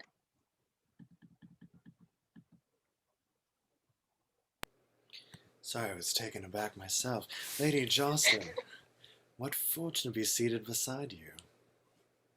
Yes, and with Sir Ulrich. Of course. Congratulations on your victory. With a sword. And yours in the joust. Adamar makes note of Will's hair and then looks Jocelyn over. Jocelyn, you look Adamar is unaware, but anticipation is high all around. great. He may as well have shit himself. Jocelyn turns her full attention to William as Adamar self-consciously touches his own hair. Cut to interior hall. Blackbirds take wing from steaming pies. Mounted servitors bring platters to the table on horseback. The cockatrice, the uppers of baked chicken sewn into the nethers of the roast pig. Jocelyn takes a cup of wine and drinks. She wipes where her lips were and sets it down on the table. William follows suit, something amazingly charged about it. And then a monk is there. In fact, several. They go from table to table. Some bear large wooden bowls for coins, mostly silver or copper. It's a banquet tradition.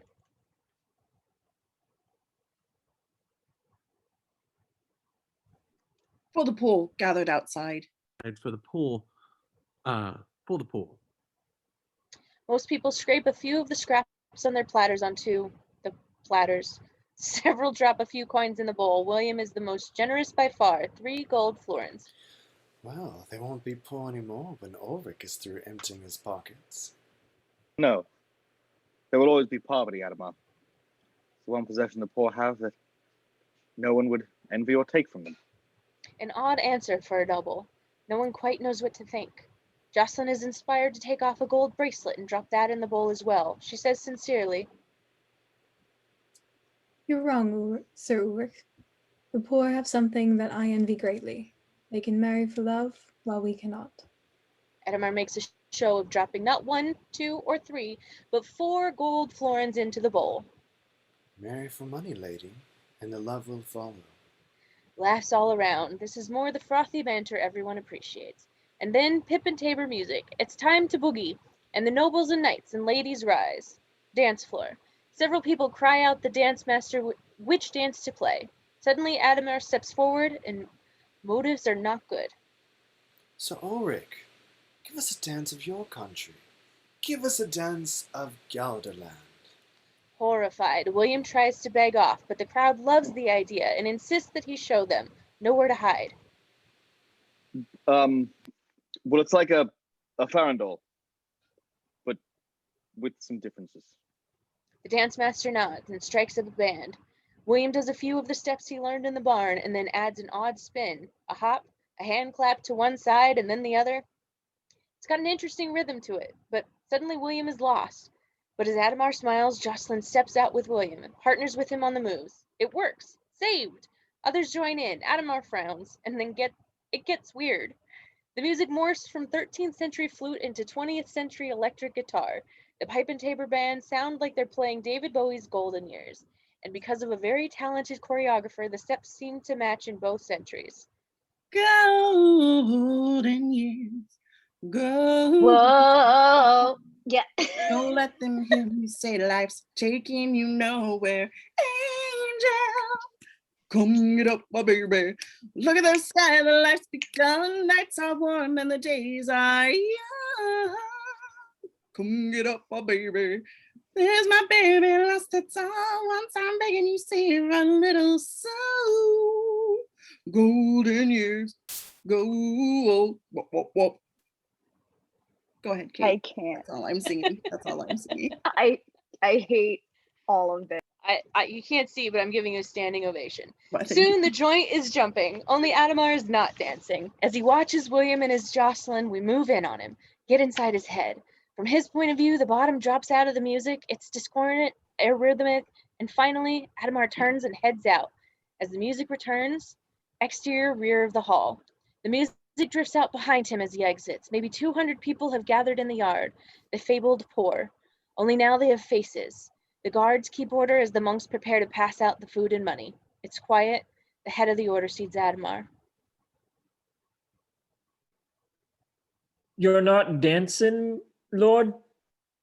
I don't enjoy or understand music. It sounds like children fighting to me. A physician said I was deaf to the tones, blind to the color of the instruments. Some say music is a sin. I enjoy it. We're an odd pair, Sir Monk, for I enjoy helping the poor. May I? Inside the hall where the dancing is in full swing, William still partnered with Jocelyn. He holds her hands, moves around the floor with her. As the music ends, it feels very intimate between them. They may as well have been alone. The drummers play well. She puts her palm to William's chest and feels his heartbeat. They pound away like madmen. William gently turns Jocelyn's hand and feels the pulse on her wrist with his fingertips. But they know to play softly as well. There's something wholly sexy about it. As music resumes, outside the hall, holding the platter on his hip, Admar steps out among the crowd. They part for him, for his nobility. Your empty bellies sent you, so fill them. Admar flings a handful of food scraps into the crowd. Some are hungry enough to scramble after them. Some are confused. Others are angered by his contempt. Smiling, he flings another handful, then dumps the platter on the dirt. The crowd begins to close menacingly. Admar regards them with calm. Does he have a death wish? Lord, what did you do? Admar shoves him away, grabs a bowl of coins, runs his hands through them, sifting them for everyone to see. Is this what you want? Is this why you're here? Still they close. They'll tear him apart. The few guards look here at each other nervously. Admar has to decide if he really wants to die today. He finally holds a single florin up for everyone to see, throws it into the crowd. Several surge to that spot, a scratching scramble before one man comes up with it. The anger is being replaced by want. People in the crowd cry out for him to toss out more. He makes several false throws, moving them about like a puppet master. The crowd feels deadly, an empty gleam in his eyes as he whips out a handful of coins to one end of the courtyard, then another. The people dash for it. The ones that fall are trampled as the screams go up. There. That sounds better. The eye of the storm, Adamar flings the entire bowl glittering up into the air. Inside the hall, as the screams take over the music, William stops short to listen a beat, and then he's dashing out. Outside, as Adamar is east of his pain, William rushes out. They lock eyes for a moment. It's obvious to William that Adamar is somehow responsible. He takes a step towards him, but realizes there's a more pressing task at hand. William moves to vainly try to stop the panic and disaster going on. Adamar starts slowly after him, stopping to rip a pike from one of the guard's hands. He steps up behind William. For a moment, it looks like he'll run the steel blade through his back. Finally, he contents himself with a vicious blow to the back of William's head with the wooden shaft. As William drops in heap, Adamar looks skyward, joins the lamentations. Over the cries and screams, we pan up to the heaven, but no one's listening up there tonight. And the sounds fade.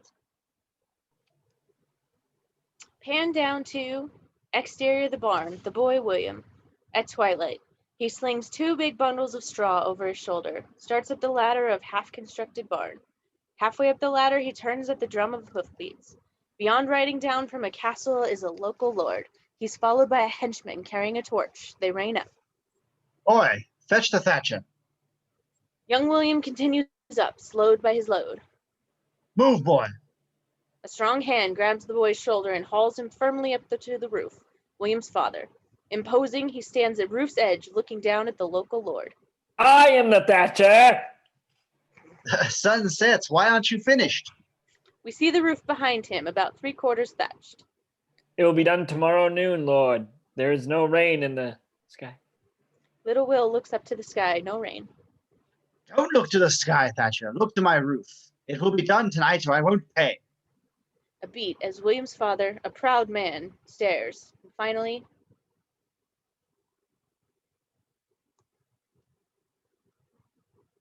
A night. Yes. the local lord heads off with a snort. William's father unslings the straw from his son's shoulders. He falls to, thatching hand on knee. William notices something on his own shoulder, where he was hauled up. Blood. Father. William crouches down, turns to his father's hands. The palms are cut, bloody from the long day. His father smiles. It won't kill me, William. He goes back to work, and William is watching, in love with him. Don't watch me, boy. I won't have you learn to thatch. William leans back and looks up into the sky as the light fades and stars have begun to burn through. Father, look. The stars. His father turns and looks up at the twinkling stars, then looks to his son, who's just as in love.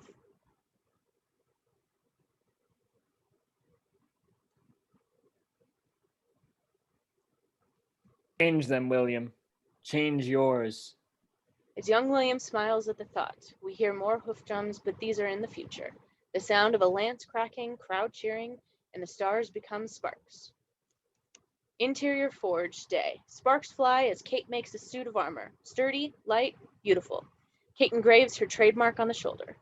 Cut to William, wearing the armor. Proud, Kate just adjusts the straps, fits it.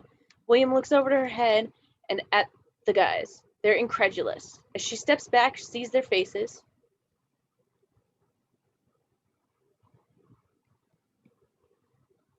What?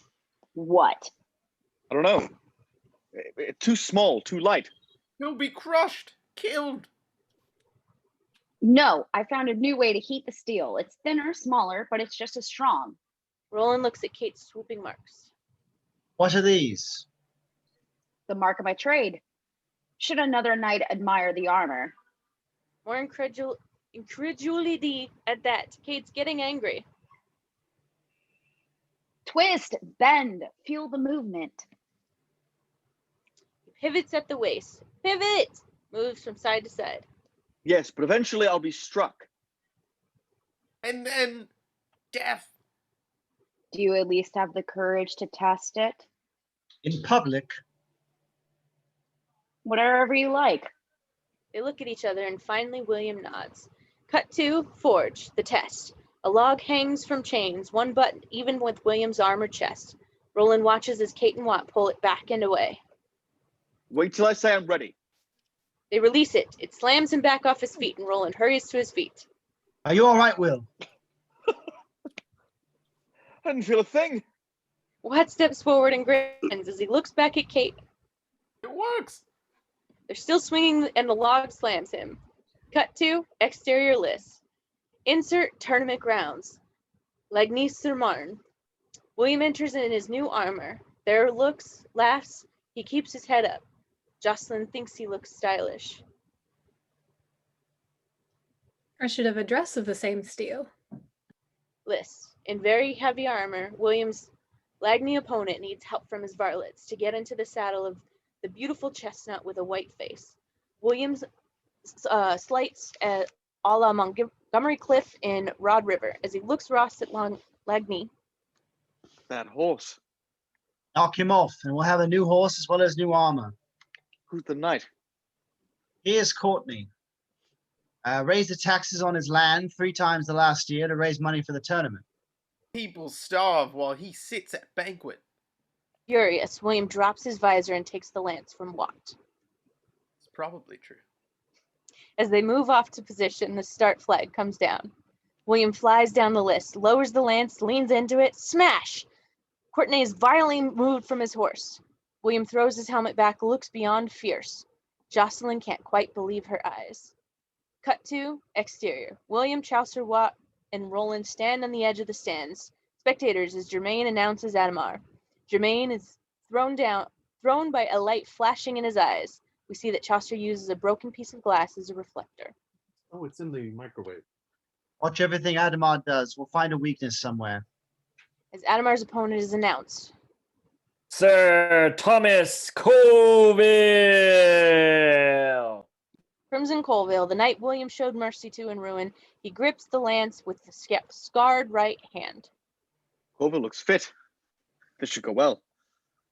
The start flag is raised. It'll drop any moment when, suddenly below, Germain rushes forward, waving Adamar's banner. He speaks a moment to the master of arms. Suddenly, 3 white flags go up on Colville's side. Adamar is withdrawn. Adamar salutes Colville with his lance, then turns and rides away. Remarkable. A buzz through the crowd. To withdraw like that can only mean one thing. Royalty. You face him next, William. I'll see what I can find out. Cut to exterior list. Lance in hand, William sits on his beautiful chestnut. Watt and Roland stand by. At the other end, Colville arrives. Chaucer rushes over from Lagny, Master of Arms. Word. Colville is Edward, the Black Prince of Wales and future King of England. Like me. He's disguised himself to be Pete. He has never met an enemy without victory, never attacked a town he did not take. He is feared as another Hector by the pagans and Christians alike. We're English, Jeff. We know who he is. You must withdraw, Will. Go tell them, Jeff. Chaucer starts forward with the banner to withdraw. Colville is in position, and so is William. We move in on William's face, the word pride stamped on his forehead. The white flag is raised. William spurs his horse. He's going. The banner drops. Lance! Colville closes his visor, grabs his lance, and sets off down the list. A full force double lance shatter. Both are credited with a flag. Both knights wheel around. Chaucer rushes out. Are you mad? You knowingly endanger a member of the royal family. Knowingly endangers himself. What? Another lance? Watt starts with the lance. Suddenly, all is pandemonium as officials rush out waving flags, cutting Watt off. The match is a draw, sire. The Black Prince, Colville, is across from William. Well fought, Sir Ulrich, as it was in ruin. Edward. The Black Prince's scarred right hand lifts his visor, but as it raises, we move around over his shoulder on William's. You knew me and still you rode. It's not in me to withdraw. Back on the Black Prince as the visor drops back down. No, nor me, thought it happens. Yes, it does. Good luck with the rest of the tournament. You as well. The Black Prince salutes William and turns and rides away. Cut to a 3-foot-long golden lance, Liss Lagny, being presented to Williams. He stares up grimly at the shield bearing Adamar's boar heraldry. The winner of the mounted jousting tournament champion, Ulrich von Liechtenstein. William cheerlessly takes the trophy to cheers of the crowd. Move with him as he walks off, tossing the lance to the waiting Roland who sits with Kate, Chaucer, and Watt. Here. Melt it down, sell it, do whatever you do.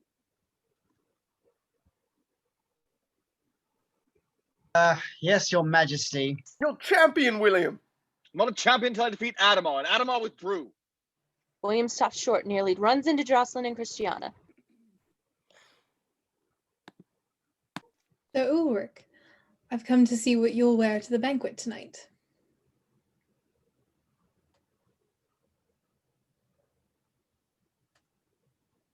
I can't hear you. Nothing? Oh, there we go. Okay. Nothing. Then we'll cause a sensation, for I shall dress to match.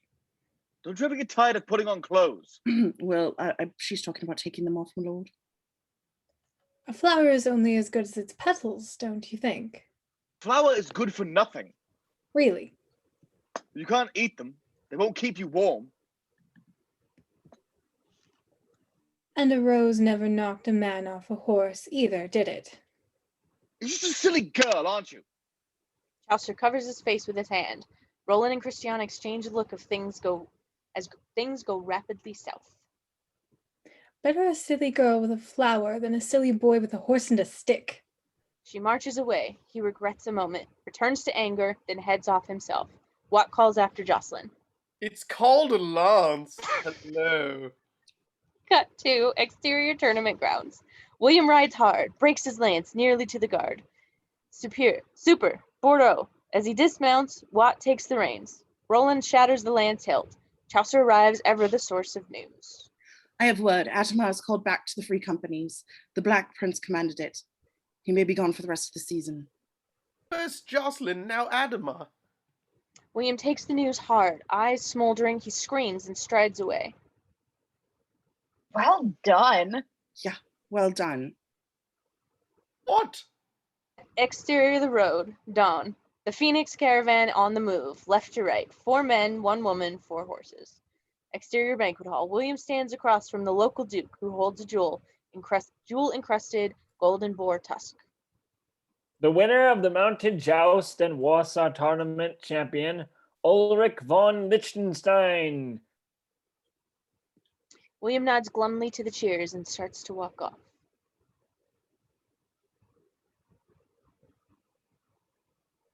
Sir Ulrich,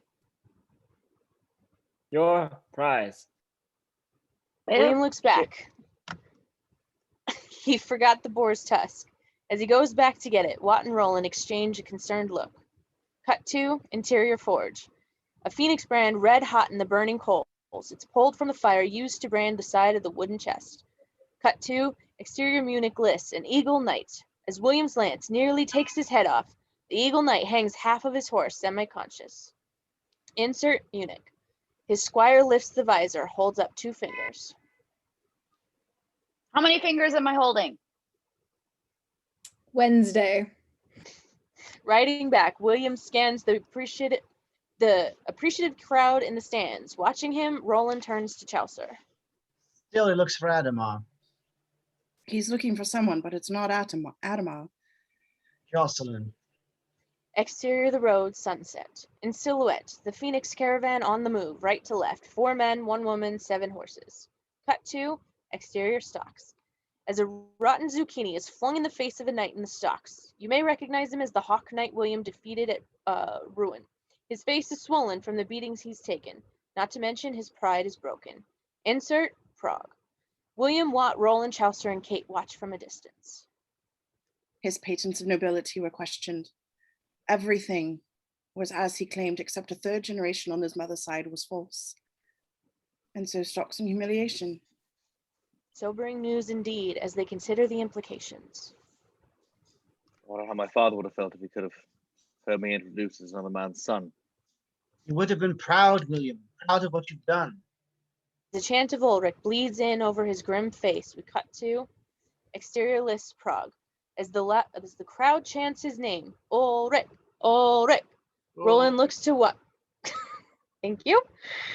Amazed, the legend grows. Kids in the stand have the phoenix painted on their faces. Across the way, William's Prague knight opponent looks to his herald.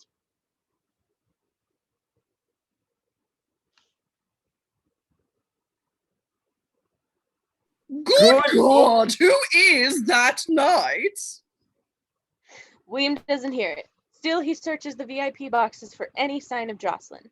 Dissolve to interior stables night. Kate shoes horses. Roland embroiders a new phoenix badge. Watt polishes the armor. Chaucer, meanwhile, is at work writing notes. Everyone is content.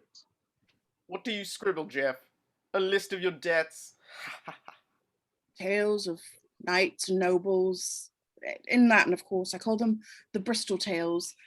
It's one of those reasons I travel, what? To observe higher human activity. William strides in with purpose. He holds a rose. Jeff, Yes, sire. I need to write a letter. All right.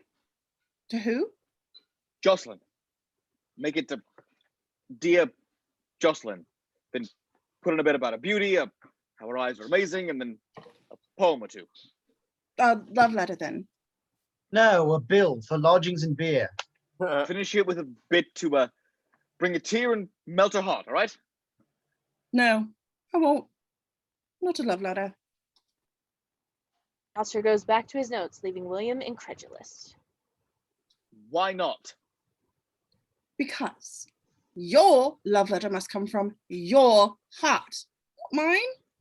William, if you like, I'll kick it. I'll kick Master Jeff until he agrees. Kick me, fong me. I won't do it. Fine. I'll do it. You scribble it for me at least? Certainly. William sets a clean piece of parchment in front of him. On parchment. What else? Vellum. Parchment is for edicts, decrees, and death warrants.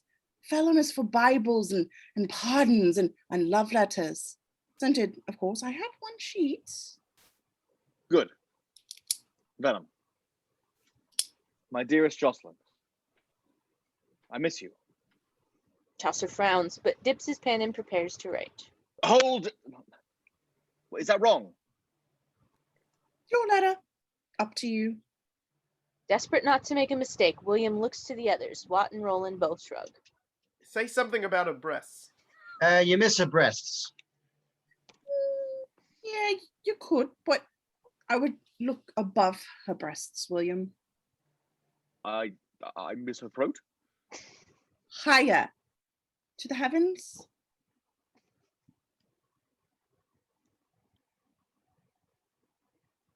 Yes, Kate? The moon, at least. Her breasts were not that impressive. With the moon. It's strange to think. It's strange to think I have not seen you since a month. I have seen the new moon, but not you. I have seen sunsets and sunrises, but nothing of your beautiful face. He looks at them and they're stunned. Finally, Very good, William. as Chaucer begins to write it down. I once knew a girl who broke my heart. I used to say that the pieces were so small that Cut to a prep pit somewhere. With verdant countryside as a backdrop, Jocelyn reads the letter to herself. Messenger Watt stands watching. Pieces of my shattered heart could be passed through the eye of a needle. Jocelyn, affected, looks across at Watt. He writes as though I had died.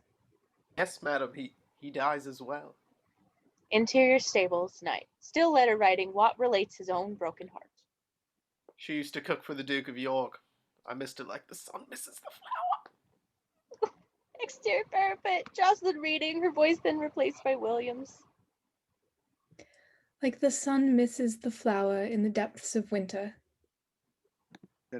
Instead of beauty to direct its light to, the heart hardens like the frozen world your absence has banished me to. Interior stables, the muse is in William's heart now. I next compete in the city of Paris. I will find it empty and in winter if you're not there. I like it. Now to finish it. With hope. Love should end with hope. My husband, God rest his soul, told me something I would never forget. Exterior, Jocelyn reading.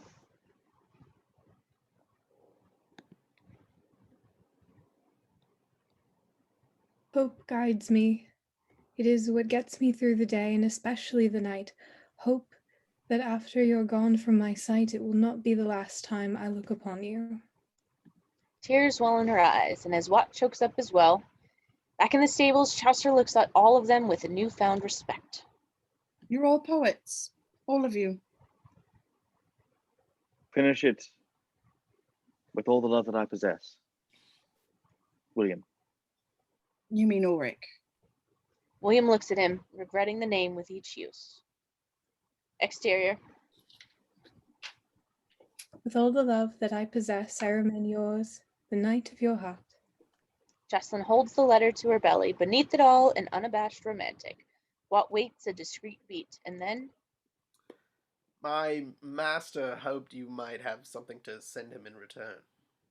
As Jocelyn looks over him, we cut to exterior King of Arms ring, Paris list. We see the scene, the walls of the city beyond, pre-tourney registration is going on. The relic seller holds up a chicken leg to passersby. By the foot of the cock, withered in despair, 3 times did St. Peter hear it crow. Insert Paris. Chaucer has present William's patents. He touched the shield, indicating that Ulrich will compete in joust. William, Roland, and Kate wait nearby. William looks at the emblem displays of the knights already registered to compete. No, Adama. They turn at the sound of hoofbeats, shouting. Watt rides up to the palfrey, jumps down, all excitement.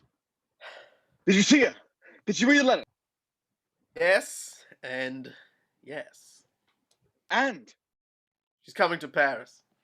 William wants to scream out in happiness, but he suppresses it, just manages to hold it in. And did she give you anything in return? A letter, a token? Did she give me a token? She did. Watt suddenly doesn't want to talk about it. He nods glumly. Well, give it to me, Watt. Cursing himself, Watt leans in, kisses William on the lips. William stands blinking a moment. She sent a kiss. Yes! Yes! Hell yes! William pumps his fists in the air. Watt spits to the ground. Roland sympathy spits. Watching the King of Arms, the patent papers back to Chaucer. His patterns are impeccable. As for the rest of him, it's not for me to decide. Cut to Interior Taverns, Paris. Roland, Watt, and Kate stand in the corner opposite three French squires. Chester meditates in the middle. Mediates in the middle. The wager Too they many wish to typos. make is that a Frenchman and not Ulrich will win the tournament. The amount is 50 florins. That's all we got. Yes, and if we had 60, the bet would be 60. Even money, but Ulrich against every Frenchman here. Our Lord Ulrich has won 4 tournaments in a row, and Admar once again is not here. I checked the shields too. John Beaumont is here. Count Theobald of Chartres. Philip of Burgundy. All 3 are French champions. It's a good bet, Roland. Win and I could buy my own tavern. I could write full time. And a forge for me. Well, I only wish to go home, and I already have enough to make the trip 100 times. An Englishman will not win this French tournament. English legs are unsteady on French soil. Yes, and because French wine is too much for English to mix. Most importantly, because the Pope himself is French. Well, the Pope may be French, but Jesus is English. You're on. He won't lose. Not with the princess here watching him. He's blonde, he's pissed, he'll see you in the list. Liechtenstein. Liechtenstein. Liechtenstein. He's blonde, he's tan, from he comes from Gelderland. Liechtenstein. Liechtenstein. He's He's funny. rich, he's funny, he makes me lots of full money. Oh, Gelderland. Gelderland. Didn't want it to stop. Cut to exterior Notre Dame Cathedral. Low angle on the stunning architectural achievement. William steps in, blocking it as he looks about. Entrance Notre Dame. Jocelyn and Christiana both dip their fingers in the holy water basin, cross themselves before continuing inside. Do you think he will come?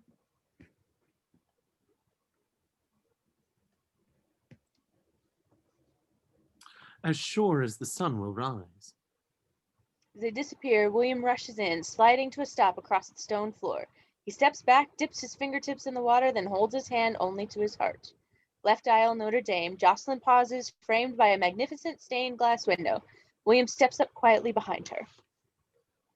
Do you favor cathedrals? Jocelyn recognizes his voice, but doesn't turn. I came for confession, and the glass, a riot of color in the dreary gray world. Don't you think? William stays focused on the side of her face. Beautiful. Christiana has the good sense to tiptoe away. I feel the same about the letter you sent. Speak to me. Speak those words. Unfortunately, William picks the wrong ones. I'm going to win this tournament for you. Excuse me? Tournament. I will win it in your name. Every night I defeat for you. Your beauty will be reflected in the power of my arm, the flanks of my horse. Really, the flanks. William takes her hand and nods. She slips her hand away. I wish to hear poetry, Ulrich. Not ready. But I am. Why must everything for a woman be run on a man's schedule? Well, a man's day is fuller. There are more demands on his time. Was that so? Yes? Maybe. No. I demand poetry when I want it, now. Your breasts, they're below your throat? Please, Jocelyn, how may I prove my love? Do you ask in earnest? Yes. If you would prove your love, you should do your worst. But my worst? What do you mean? Instead of winning to honor me with your high reputation, I want you to act against your normal character and do badly. Their voices are getting louder, and William is incredulous. Do badly? Lose. But losing proves nothing except that I'm a loser. Wrong. Losing is a much keener test of your love for me. Losing would contradict your self-love. Losing would prove your obedience to your lover, not to yourself. A gray-faced priest steps up, finger across his pursed lips. He hisses.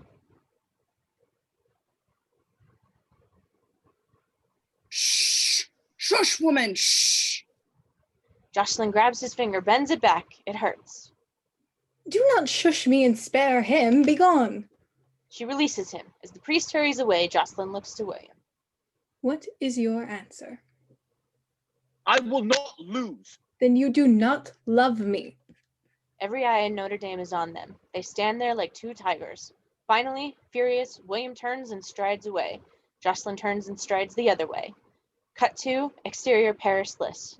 Chaucer finishes his intro of William. The crowd is very enthusiastic. The knight's reputation has preceded him. Keep up the flame of Aragon, the lance that thrilled France, the harasser of Parassa. He gave them hell at La Rochelle, enforcer of the Lord God, Sir Ulrich von Liechtenstein. God, I'm good. Big cheers from the French crowd. As Chaucer walks past the other herald, he shows his sheath dagger.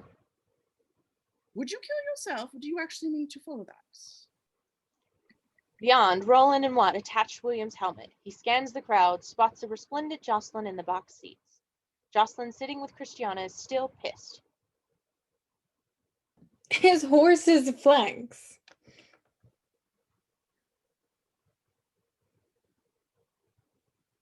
Oh, my lady. Exterior Paris list. William mounted on his chestnut in position, lance in hand. Chaucer, moving back, winks at Roland and Watt. A wealth. Exterior scores box. Anticipation huge as the start flag goes up, then down. List 0, William's opponent. Spurs his massive horse forward. Roland starts to run and follow William, but he runs past William, who just sits there on his horse, frozen like a statue. What are you doing? Losing. I don't understand. Neither do I. Jocelyn, VIP box, rising from her seat at the sight of William motionless, making no move to attack or defend himself. William, smash. His opponent breaks his lance on William's chest. Jocelyn, a smile blossoms. She grips Christiana's hand. He loves me. William, as his opponent goes back to his starting mark, he just sits there. Chaucer rushes out to join Roland and Watt. Are you blind? The flag. I saw it, Jeff. I know. You want to drop behind for a more dramatic victory. Jocelyn said that I should lose to prove my love. Oh, God. I'd rather you were blind. Don't be foolish, Will. Each woman wants proof, that's all. And proof of what? Proof that their legs have not been uncrossed for nothing. But I haven't uncrossed her legs. So why in the name of Saint Swithin are we doing this? Because... Whack! The approaching opponent knight's lance shatters across William's chest as he continues past. I love her. Music starts. Get Ready by Rare Earth. Never met a girl who makes me feel the way you do. You're all right. Cut to a series of shots. As William gets the shit kicked out of him, night after night, breaks the lance on his chest and his helmet as he just sits there, taking the battering with silent stoicism. Watt trying to attack Chaucer, restrained by Roland and Kate. I'm going to lose everything. That's why it's called gambling. It is very romantic, though. What are you, Kate, a woman or a blacksmith? Sometimes I'm both. Jocelyn, VIP box, starred in slow motion, watching William's battering, smiling, wincing, amazed. For all her charms, never has a man done this for her. He loses all pride. And at the same time, it swells still. It exceeds Achilles himself. Cut to Lys, incompetent knight, trying to balance his lance. The start flag drops, he rides. The target of William grows closer. Out of control, incompetent lowers his lance. Too low. It catches the ground, pole vaults him out of the saddle. He crashes to the barrier like a car at the third turn at Indy. Watt and Roland look at each other in amazement. We win the horse. As they rush out to retrieve the animal, William simply slips from his saddle, drops to the ground below. A draw after all. As Watt and Roland move to help him, cut to interior medical pavilion, Paris. Like an NFL training room, knights with dislocated elbows and knees, muscle pulls, you name it. William sits on a bench mounted with a long screw. His ankle is cuffed in a sleeve as Roland turns a handle trying to traction and relocate William's knee. Chaucer and Kate look on. I checked with the score. No one knight has distanced himself with victories yet. If you were to win your remaining matches and some of the others took key losses, Who knows? You can make the semis, even the finals. Well, at least the armor has proven itself. Have you proven your love yet? Gritting his teeth with pain, William shakes his head. Remember church as a boy, what? The fear, the passion. She makes me feel that. I say my rosary to Jocelyn and no one else. William! That is blasphemous! His knee pops back into place. That I think burn in hell. Withdraw. Lose that way, but don't take this beating. Beat, and then they're suddenly aware that Christiana is standing there watching them. Roland composes himself and tries to look a little better. Yes, my lady. My lady sends this message. She says that if you love her, No, lose. Isn't she watching? she says that if you love her, you will not lose another match. My lady says that if you love her, you will win this tournament. A beat. William's eyes flood with life. Beat to hell, but he suddenly has the look of a winner. Tell her not to take her eyes from me. I will tell her exactly that. Before Christiana goes, Roland motions for her to stop. There's a loose thread on her shoulder, and Roland takes it, leans in, and delicately bites it off. Magic. She smiles at him and then is on her way. Cut to exterior list. William rides into position. Chaucer joins him. There she is, the embodiment of love, your Venus. Yes, how I hate her. Ha! As the flag drops, William spurs his horse forward, leaving Chaucer scratching his head. Cut to list, a series of 3 knights. Built like brick shithouses, 200 pounds of muscle, sinew and bone, all 3 wear a version of the fleur-de-lis. Insert Count Theobald of Chartres. William shatters a lance across his chest. Insert John Beaumont. William knocks him off his horse. Insert Philip of Burgundy. Makes a big deal of putting on his helmet, which we then see sail past the crowd. Insert the French squires looking very nervous. Cut to interior banquet hall. Prizes are awarded. Watt, Kate, Roland, and Chaucer stand up with William. Chaucer and Roland are actually holding him up as Watt snatches a pastry off a passing tray.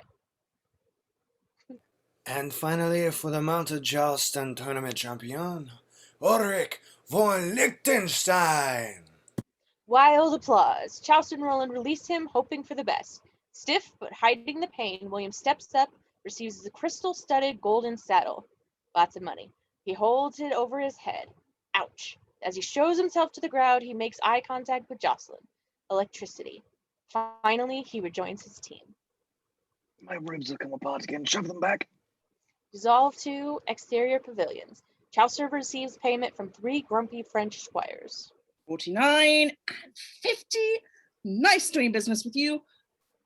Look us up at the World Championships in London. Oh, come on, don't look so sad. Here, have a drink on me. Chaucer tosses a florin back at them. He's quick. He's funny. He makes me lots of money, Liechtenstein. We move with Chaucer as he walks off, happily humming, fat with cash.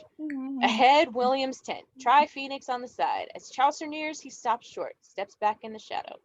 The caped figure of a woman slips in past the folds. Chaucer watches her candlelit form against the canvas, sees the shadow of the cape drop to the floor and the shadow of a second garment, leaving just the shadow of a nude woman. As the candle within is snuffed out, darkness. Guinevere comes to Lancelot. Bet him well, Sir William. Smiling, Chaucer moves off another direction. Cut to interior inner chamber, Tri-Phoenix tent. A curtain separates the tent in 2, and William lies in a feather bed, poultice in one eye, chest wrapped in bandages. Blood seeps from the bandage on his left forearm. 3 fingers on his right hand are in splits. A shadow slips into the room. William stirs, smells the air around him, and he grows aware. We missed you at the banquet, Sir Ulrich. I, Jocelyn, your prize. William catches a glimpse as she slips between the shadows. I'm not worthy. Then who is? My maid says that sometimes your varlets call you William. William doesn't answer. Another glimpse of her. Is this so, Sir Ulrich? Yes. It's so. Your name makes no matter to me, so long as I can call you my own. But Jocelyn, I am your own. Sifting through the shadows, she slides under the blanket into the bed with him. She leans in and kisses him. Ah, damn girl. She pulls back and sees what a mess he is. Bruises and bruises and bruises. You need a surgeon. He's been. He says I'll live, though it doesn't feel that way. She leans in to gently kiss his bruises. Face, neck, body. His initial winces give way to little smiles of pleasure. This pain, it's my doing. Yes, it is. And although my father always taught me to take the bad with the good. It hurts, but he leans up to kiss her back. This good you speak of, it will be my doing as well, William. She leans in. The kiss is long, soft, and lingering.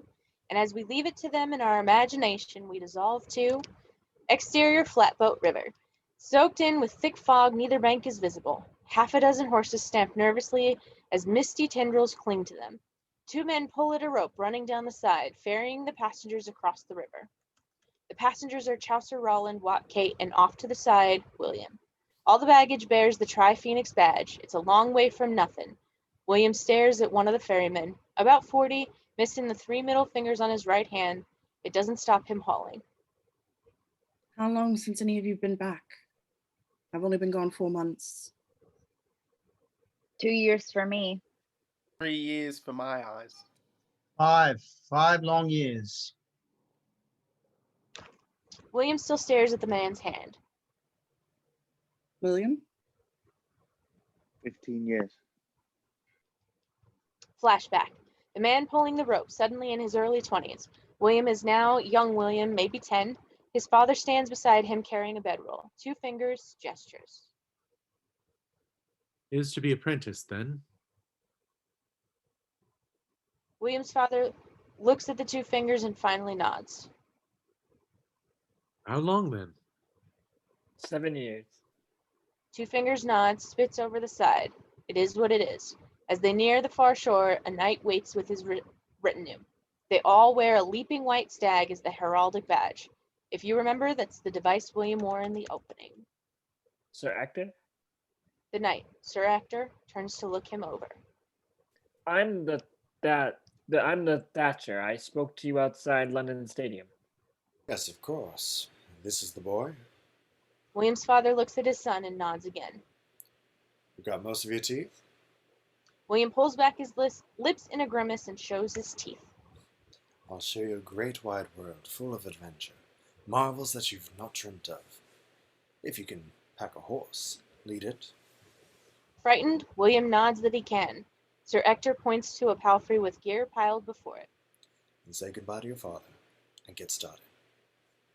Sir Ector steps off to tend to something else. He's a real knight, William. Watch and learn all you can.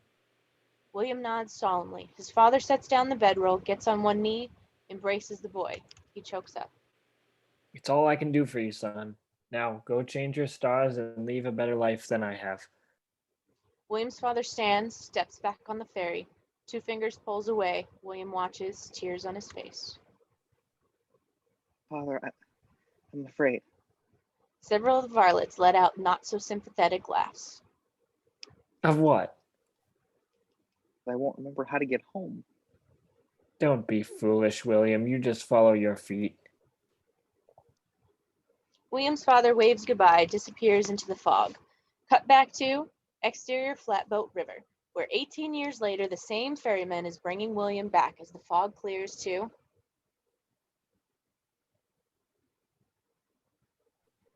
London. There they are, the white walls of the tower, the spire of St. Paul's, the urban sprawl of the city. Kate nudges Chaucer, points out William, who wipes tears from his face. Up, down, up, down. He's like a bucket in a wall. Cue, the boys are back in town. The boys Cut are to- back in town.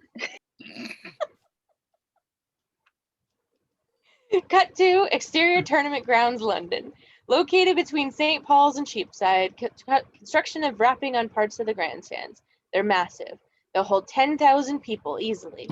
Insert London. Then beneath that, the World Championships. Knights sing up for events, presenting patents of nobility as Chaucer does this for William. The London King in Arms hands the patent back without looking at them.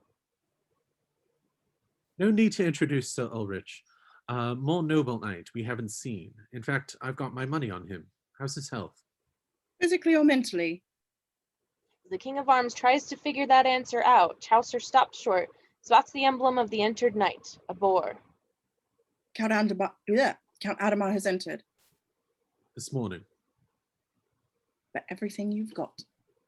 Exterior parade route London Bridge. The drawbridge lowers, and each knight rides his finest horse, accompanied by his retinue of squires and varlets. William and Wat on foot around him. Crowd favorites wearing their finest Tri-Phoenix livery.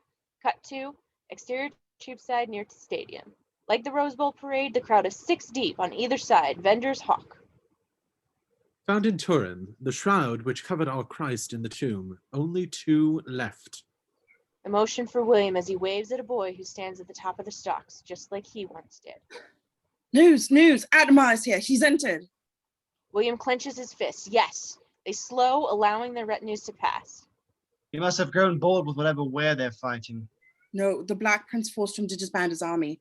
They were pillaging town after town. Mercenaries waging an undeclared war for booty, reveling the night, robbing, murdering.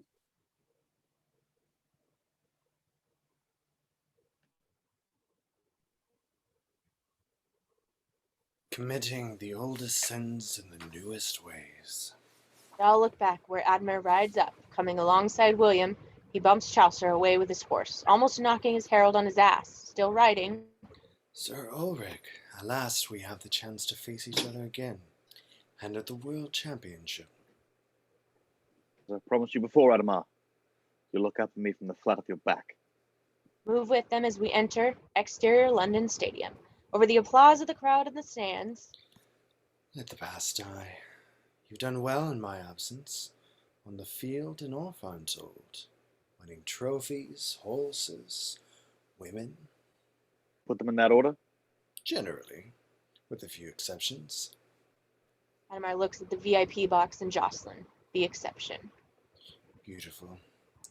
Real thoroughbred trophy, don't you think? Talk about Jocelyn like she's a target. Isn't she? No. She is the arrow. Jocelyn sees William. Her smile is for him. I've entered negotiations with her father. I am to make her my bride. She will be saddled and placed in my mantle. William looks at him for a long beat, unable to respond. Admir's pulse is, as always, under 60 as... Target or arrow, it makes no difference. I will have her. He says it with a simple, detached conviction that makes it frightening. Having said it, Adamar spurs his horse away, nearly trampling Wat. As Roland and Kate restrain Wat from following, Chaucer looks very troubled at a very troubled William.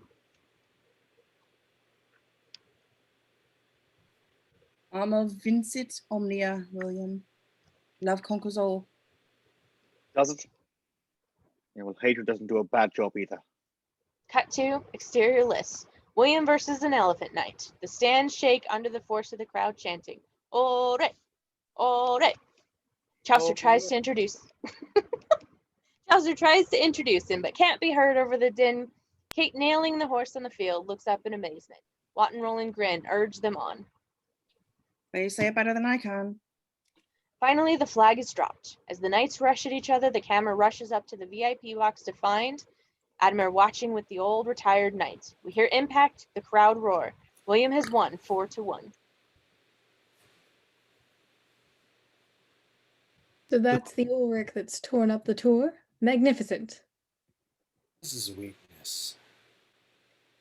I can't see one, except youth. What do you mean? That I'm glad I'm old. His youth means no one expects me to take the field against him.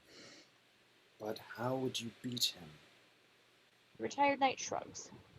With a stick, while he slept. But on a horse with a lance, that man is unbeatable. Exterior courtyard. Germain stands watching with an unknown man as, stripped to the waist, physically awesome, Adamar trains. Armed with a club, ringed by varlets holding shields, he whirls around and swings furiously, landing one heavy blow after another. For no particular event, he's just getting off. Straining against their shields, the varlets exchange glances. They don't like this. Adamar finishes the sidestepping a shield and swinging a club in one of the varlets' leg, breaking it. As the man howls, Tend to him. Wiping his brow, he joins Germain and the unknown man. Count Adama, I present Arnold van Gennep, a merchant visiting us from faraway Gelderland. Adamar looks him over. Chubby, middle-aged, a merchant. Tell the Count what you told me. Happily in Gelderland, we have many fine jousters, but I have never heard tell of one Ulrich von Liechtenstein. The words hang ever heavy in the air. Finally, I'd like to have our noble Ulrich watch. Pick someone discreet. cut to exterior pavilions. William, Roland, Kate, and Watt walk, sharing a laugh. Roland stops short, placing a beefy hand across the chests of the others to stop them short. As they follow his gaze. Ahead, Chaucer hurries through the moonlight, naked except for an apple in his hand. Their chronic gambler disappears inside a tent. Disgusting, they hurry after him. As William, Roland, Kate, and Watt charge in, Chaucer, how much did you lose? naked Chaucer turns from the foot of a cot. What? Gambling, your clothes even. Not a penny. There lie my clothes. Indeed, Chaucer's clothes are heaped on the floor. Then why are you out naked? If you must know, she was hungry. Who? Crunch. The sheets pull down just enough to reveal a slender, freckle-faced redhead munching on an apple. I'd like you all to meet my wife, Philippa Chaucer. You lying shite. You must be what? You're Roland Caden, and you will Ulrich. George told me all about you. Wait, They all who, stand. who told you all about this? Who told me all about that? I think it was name? George. Wife? Jeff, that told me all about you. Excuse me, I'm busy being medieval and shit. Damn it, Travis. They all stand there blinking. Philippa holds out the apple, beautiful enough to be Eve in the garden. Anyone like a bite? Chaucer takes it from her. Crunch. He holds it out to the others, raises the eyebrows as if to ask, anyone? Sorry to barge in, Miss Chaucer. As they make their apologies and exit. So much nicer than the pilgrims you traveled with last year. Was it? Paradise, my dear, stands formed in your eyes. Come to bed, Jeff. Exterior pavilions. William, Roland, Kate, and Watt continue, laughing at their mistake, and they stop short again. Their head in the moonlight, Jocelyn stands with Christiana. Good night, Roland. What? Kate. William moves off to his right, Jocelyn to her left. As they meet, he takes her hand and they slip into the trees. Christiana waits. Roland steps over. They stand there shyly for a beat. Head down, Christiana notices embroidery on Roland's left sleeve, but not his right. I'm right-handed. She takes his hand and holds it a beat. Good night, Walt. Kate. They head off. Watt and Kate are now alone. Watt looks at her, smiles, a beat as Kate reaches into her pouch, pulls out a pastry dripping with clotted cream and honey. She hands it to Watt and then walks quickly away. Alone, Watt considers the pastry. He smiles. Hello, beautiful. Cut to exterior grove. All is a whirl as William and Jocelyn stand ringed by trees, exchanging tender kisses. If I could, I'd move the trees, set them dancing your dance, and when they clapped their hands, leaves would fall about us. She does a slow whirl around him, clapping her hands, dancing for him. It ends in another kiss. And I would move the stars. You have. You took them from my eyes and made me see you. Then I should move them back. Because of Adamir. You could talk to my father as well. My estates won't impress him. Then joust him for me. Jocelyn laughs, but she stops when she sees just how far he's from joining her. She slips a hand behind his neck. Don't be sad, William. No. You know what Chaucer says? He says, Amor vincente ammonia. Love conquers all. Do you believe it? I don't know. Do you? That's my quandary, William. Believe in poetry, but love? Jocelyn looks at him a beat and shrugs. She doesn't know either, as they look on each other beneath the moon. This much I believe. What little poetry my heart holds placed there by you. As they come together in a kiss, Count Adamar riding helmetless, space in a fantasy as the storm clouds boil behind him. Adamar fills the frame, a dark premonition of love lost. As he lowers his lance, thunder cracks and rolls. Cut to exterior storm clouds above grandstands. Lightning zigzags across the sky and the deluge starts. As spectators flee the deluge, the rain comes in buckets. Exterior lists where the wet tournament officials measure the mud, shake their heads. Various knights and their squires and varlets wait. That's it, gentlemen. We are rained out for the day. All results to this point stand. Exterior stables where the stable boys watch the rain drip from the thresholds. In a stall, William saddles the chestnut. As he leads it out, Roland arrives. Didn't you hear? We're cancelled. You'll have to win the championship tomorrow. I'm going riding. In this? In this. William rides out as Roland watches him go. Cut to exterior Cheapside. The rain falls. William rides, his mood matching the weather. Looking about, 1,000 memories flooding in. He rides past a man in the stocks, his woman fastening a tarp to keep him dry, but only those who have to be are out. Until William reaches a spot where children play the game of the day. 2 boys joust with wooden sticks. The children cheer as one of the sticks breaks. Continuing, William finds himself looking at a lone girl crouched under the awning to stay dry. Well, hello there. Well, you're Sir Ulrich von Liechtenstein. Yes. You're my favorite knight, sir. When I joust, I always say that I'm you. Do you win? Of course, sir. I couldn't say if I didn't. But what are you doing here in Cheapside? There's no parade today. Keep a secret. The lone girl nods solemnly. I was born in Cheapside. Right over there. Truly, Sir Ulrich? Truly. Amazed, the girl points a little further down. I only live just there. How old are you? 9 1/2. I wonder if you remember a man, though he may have died before you were born. Tall as a knight. His name was John Thatcher. Of course I remember him. What you do? Well, yeah, he lives there still. The words hit William like a ton of bricks. John Thatcher, you sure?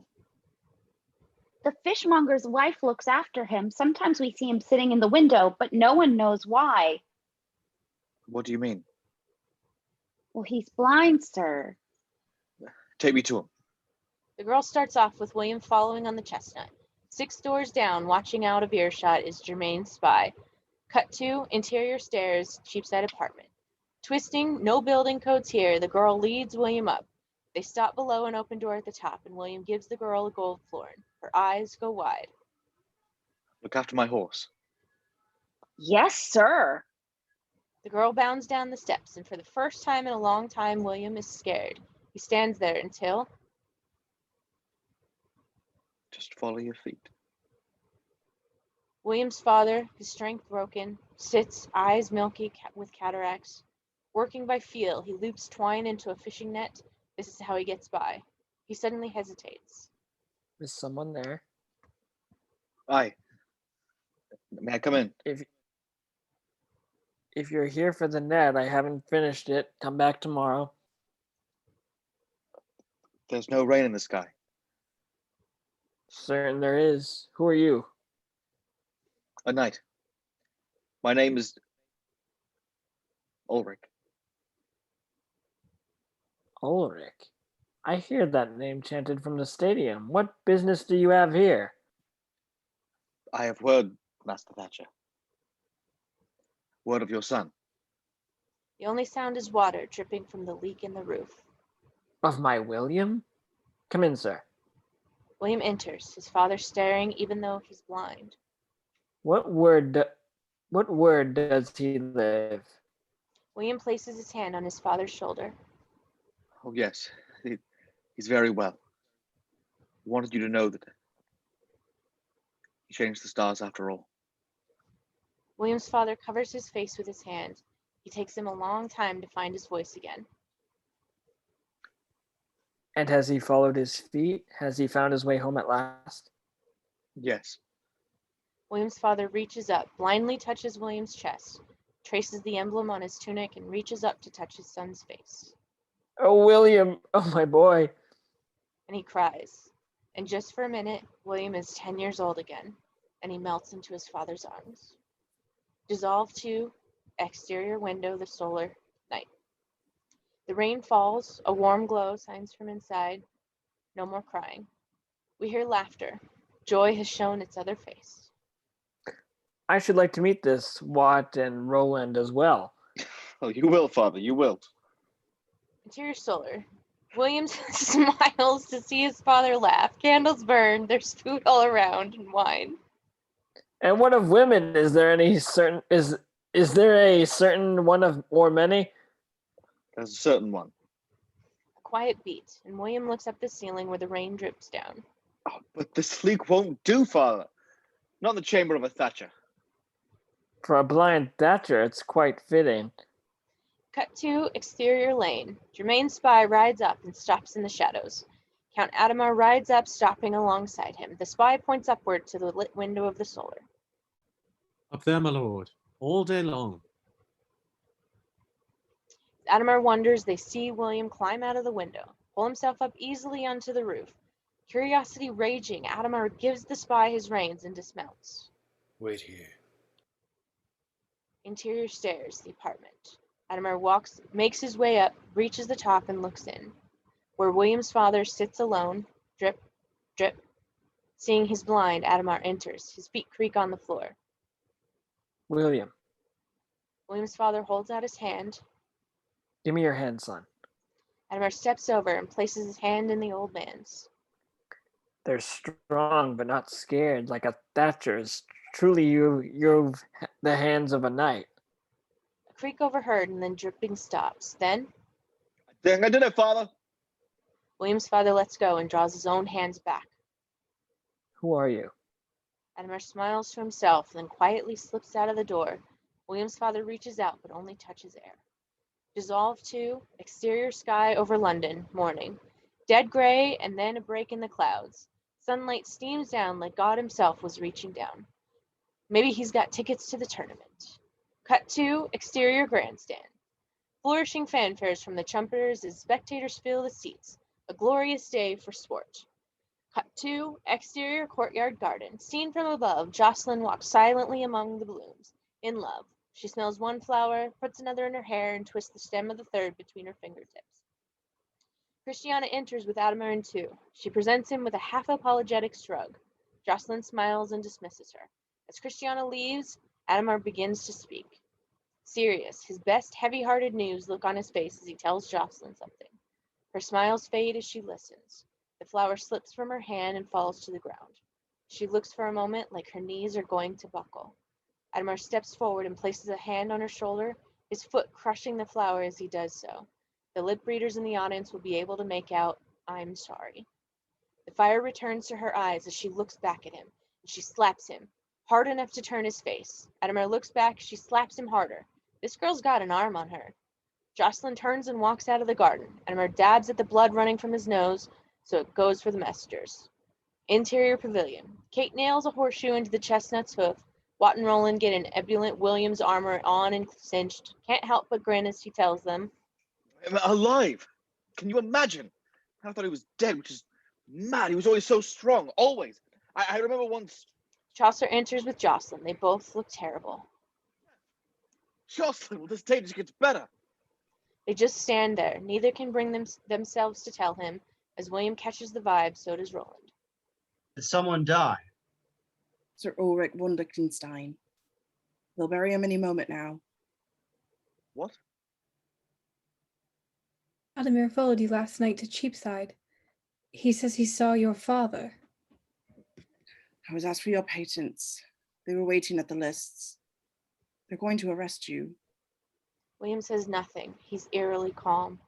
I sold them myself, a dozen royal guard. They'll take you to the stocks in Cheapside. Face Adamar in 5 minutes' time. No, it's forfeit. They've already marked it. Saddle the horses. They can arrest your baggage, not you. Watt and Kate begin to move. Hold! What do you think? Now that you know what I am. To know what you are, William, would take a lifetime. One I am most willing to give, but right now you must run. What else is there to do? Run. I'll run with you. No! I cannot run! I am a knight. Put myself to the hazard. A knight in your heart, but not on paper, and paper is all that matters to them.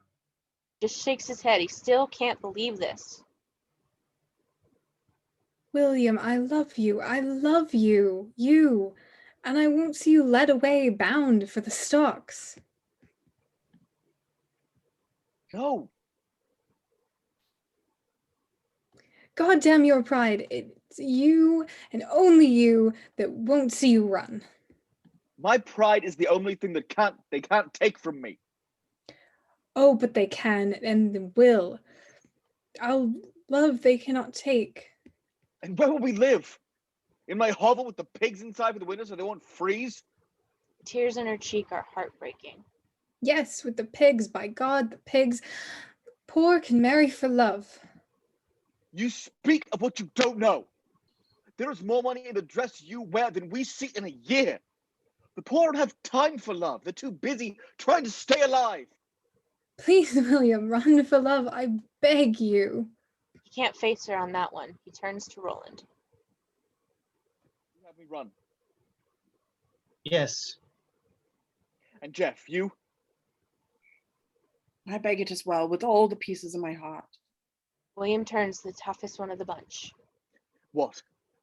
Run. Are we runners now? The tough little nut is actually crying. I will. Today we are. Run, William.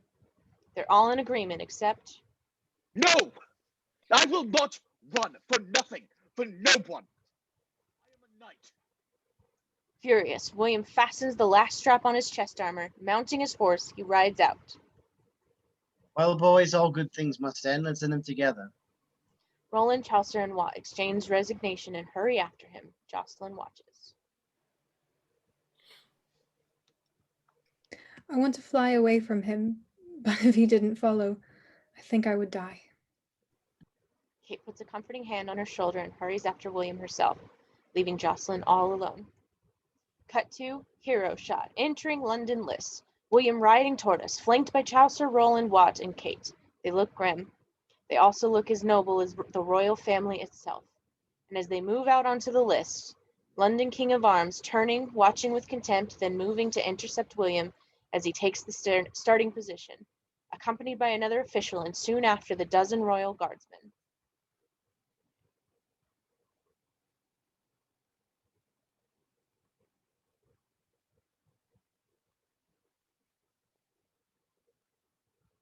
You will remove yourself from this position of honor. Here to compete. You are here to be arrested. The King of Arms takes hold of the reins and William shoves him back. It's endless nobility, with half the royal guard hauling William from his horse, the other holding Watt and Roland and Kate back as William is taken forcibly away. Cut to interior cell. William's alone, arms bound to a wooden pole that runs across his back. The cell door opens. Adamar enters looking terrible, like he's been up all night. Carrying a wooden club, Adamar picks up a piece of straw off the cell floor, holds it out for William to see. He that strives to touch a star oft stumbles at a simple straw. Adamar waits for an answer. William looks away. He's going to give as little satisfaction as he possibly can. You have been weighed? Whomp, as Adamar swings the club into William's side. You have been measured? Whomp, he swings it again. And you have been found wanting! He hesitates, but then a final swing drops William to the ground. A beat, and then... It's the one loss of another, William. In what world could a Thatcher have ever beaten me? Adamar exits. William finally stares at the straw bunched up across from his face. Finally, his eyes well up with tears. I am the straw. And the stars are gone. And finally, William starts to cry. Roland's yet has arrived. The world is finally part of our boy. Cut to exterior stocks. An ugly, albeit boisterous, crowd has gathered. Most have something in hand to throw. As William is placed hands and head in the stocks, a street corner priest announces, From the devil he came, and to the devil he will go. The crowd cheers. William looks broken more in spirit than body. The guardsmen step away. He's fair game now. But there's a rhythm to it. First come the taunts. The sad thing is they're going after one of their own. Standing to one side, 5 hooded monks stop to check it out. One exuberant youth rushes out of the crowd, cuffs William on the ear, and then dashes back. He's applauded, but as he rushes back to do it again, he bounces off Roland's chest. Roland has stepped out in front of the stocks, a heavy club in his hand. He's anything but big, gentle seamstress now. The youth scrambles back to the safety of the mob. Suddenly, Roland just howls at them and they quiet. Leave, Roland. Let them have me. God love you, William. So do I. A young man flings a rock. Reacting instinctively, Roland swings the club. Whack! Sending the line drive over their heads, which smashes through a window. As Roland considers the club, amazed what appears ballistic. Go! Disperse, or I will fong each and every one of you as Jesus Christ the Nazarene and his mother, the most holy Virgin Mary, are my witness. I will fong each and every one of you up the whole of your arse. I don't think you say fong enough in this script, Jeremy. A behemoth steps in the crowd, looms, eclipsing Watt. Watt socks his nose, and Behemoth covers it with both hands. I have to have one of my hands to hold my script, but you broke my nose! Good, then you won't feel this. Watt kicks him in the balls for all he's worth. Another angle as the Behemoth falls away to reveal the little mixer. Chaucer appears alongside William, and Kate is here as well, a forge hammer in either hand. It may be, William, that the purpose of your life is to serve us as a warning to others. The crowd is really starting to feel dangerous now. It's 200 versus 4, as Watt, Roland, Chaucer, and Kate link arms for a human shield in front of William. The crowd closes, a hunk of rotten vegetables sails overhead, splats on the wall behind. A stick pinwheels by after it, but our 4 stand firm. It's all for one time. Listen to me, listen! Wool cut from the same cloth, you and us. A hunk of some old fool sails in, splats across of Chaucer's chest. The crowd laughs with a kind of killer instinct. Chaucer dabs at his chest, takes a taste, and looks up. Mother? Is my mother here? I'd recognize that taste anywhere. That gets a genuine laugh from the crowd, and Chaucer seizes it as he pretends to search for her. You at least go home, Mom. I'll tell you tonight how it turns out. Another laugh. Even the 5-hooded monks seem to chuckle. I hope it's all good news, Mom. I hope I can tell you that I convinced these good people to leave my Lord William unharmed, or at least not to hurt him any worse than he already is. For I have never seen a heart like the one that beats inside this man. Great it is with all of the virtues risen of pride, forthright and free, courageous and constant, and most of all filled with hope, at least until today. And what fills it now? I don't know, for he won't speak of it. Chaucer looks back at William, who finally looks up from the ground to one who has proven to be the most loyal herald. I ask, what makes a man noble? His lineage or his heart? His heart. Of course, thank you, Mother. You can go home now. They laugh, but at only discuss Chaucer. And what are the knightly virtues, and who may possess them? My lord has been born poor in Cheapside, London, and so what?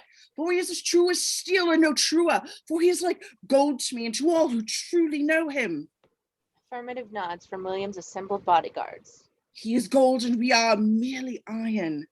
And you people would come here and see him rust for shame.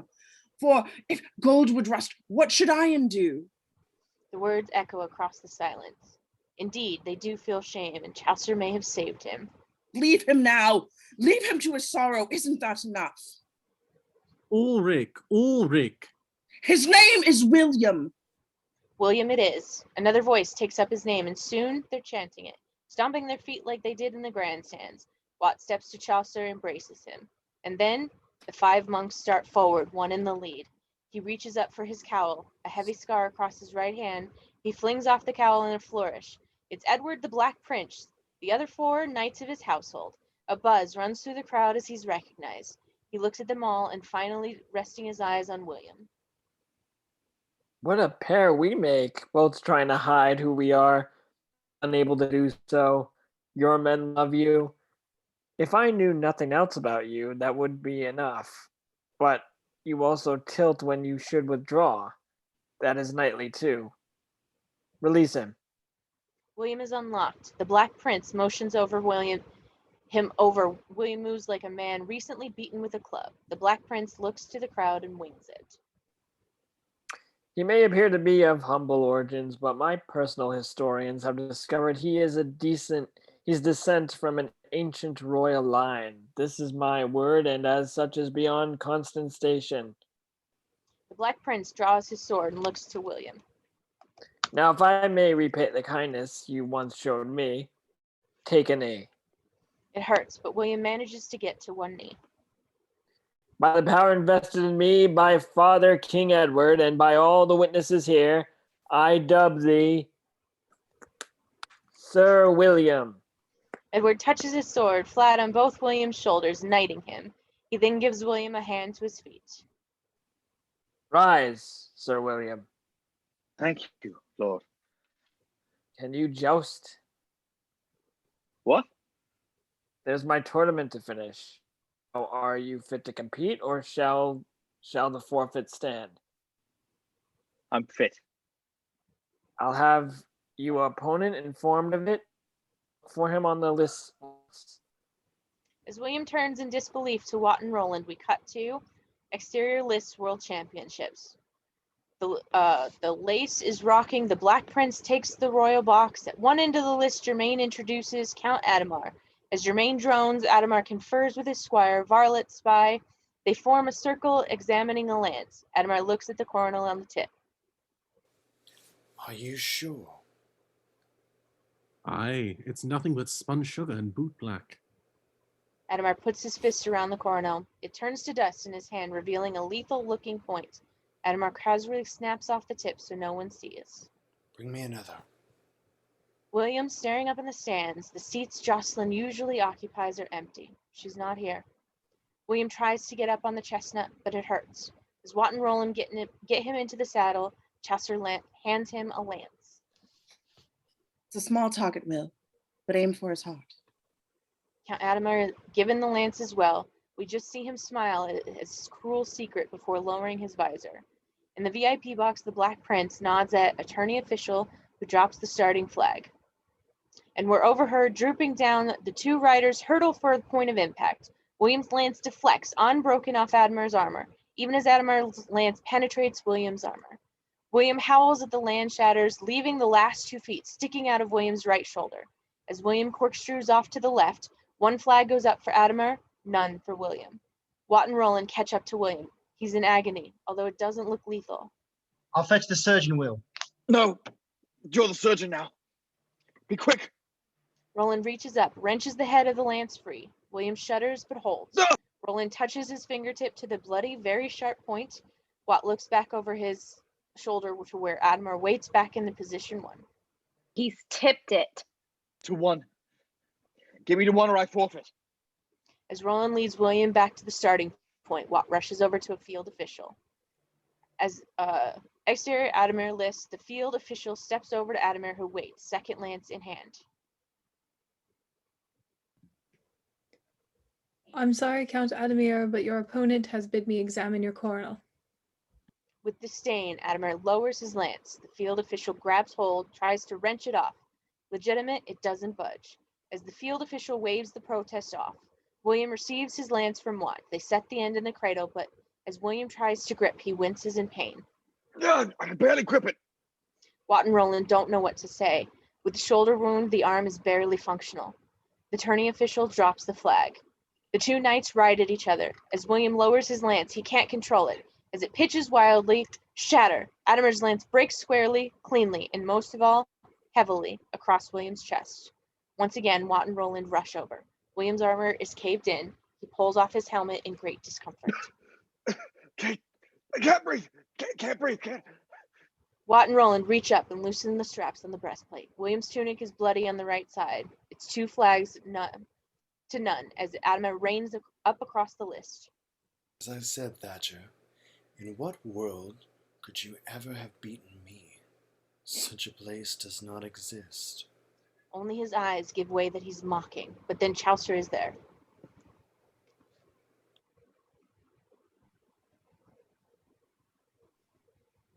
William, she's here, and so is your father.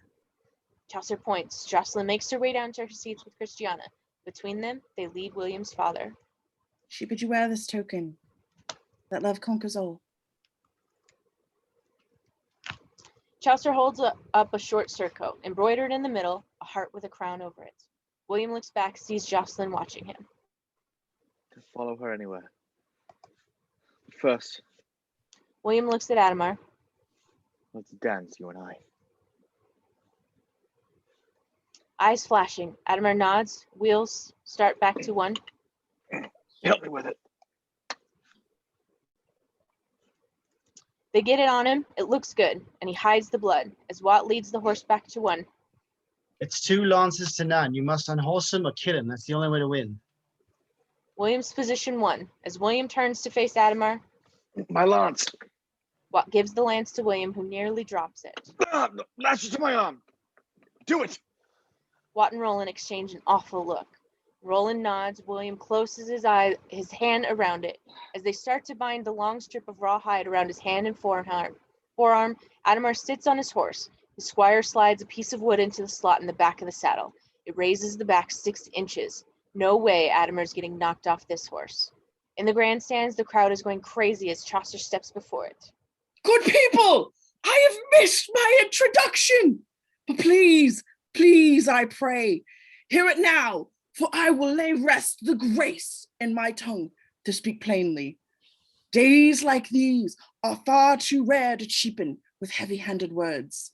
And so, I'm afraid without any ado whatsoever, here he is, one of your own, born a stone's throw from this very stadium and here before you now, the son of John Thatcher, Sir Will Thatcher.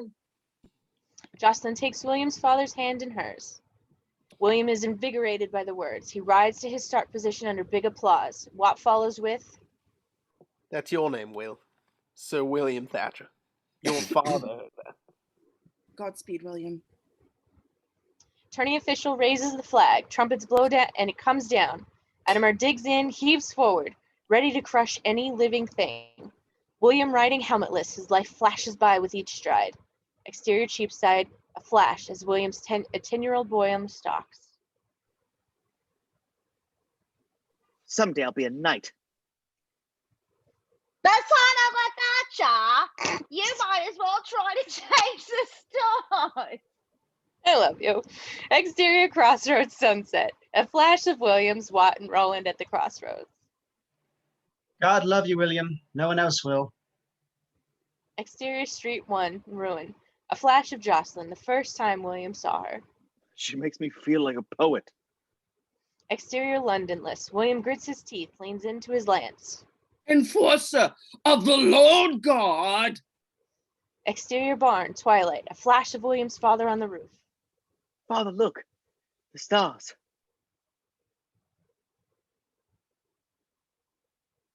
Damn it, Travis. Change them, William. Ruined the moment. I was London, pausing to look at the stuff.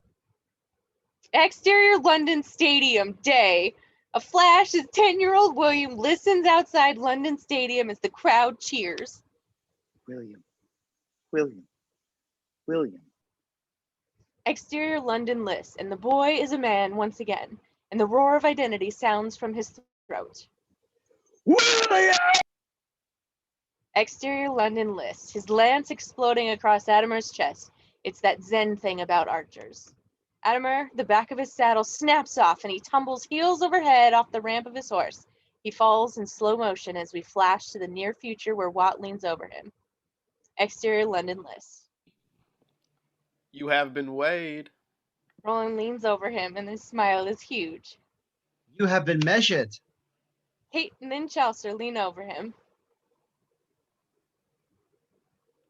And you absolutely Have been found wanting. Exterior stocks, Cheapside. Finally, William. Only now Adamer is locked in the stocks. Welcome to the new world. God save you, it's right that he should do so. Exterior London list. Return to real speed as Adamer connects with the tournament ground like a 200-pound sack of potatoes. 3 white flags go up for William. He's won. The crowd goes nuts. The Black Prince smiles and laughs to himself. William rides back, high-fives Roland and Chaucer and Watt with his left hand while Kate cuts the lance handle off his right. Then he turns and rides towards the grandstands. I did not sweat in vain. Chaucer shares a monumental decision. And I will not write my tales in Latin, but in English. Write them about the common people as well as the knights and the nobles.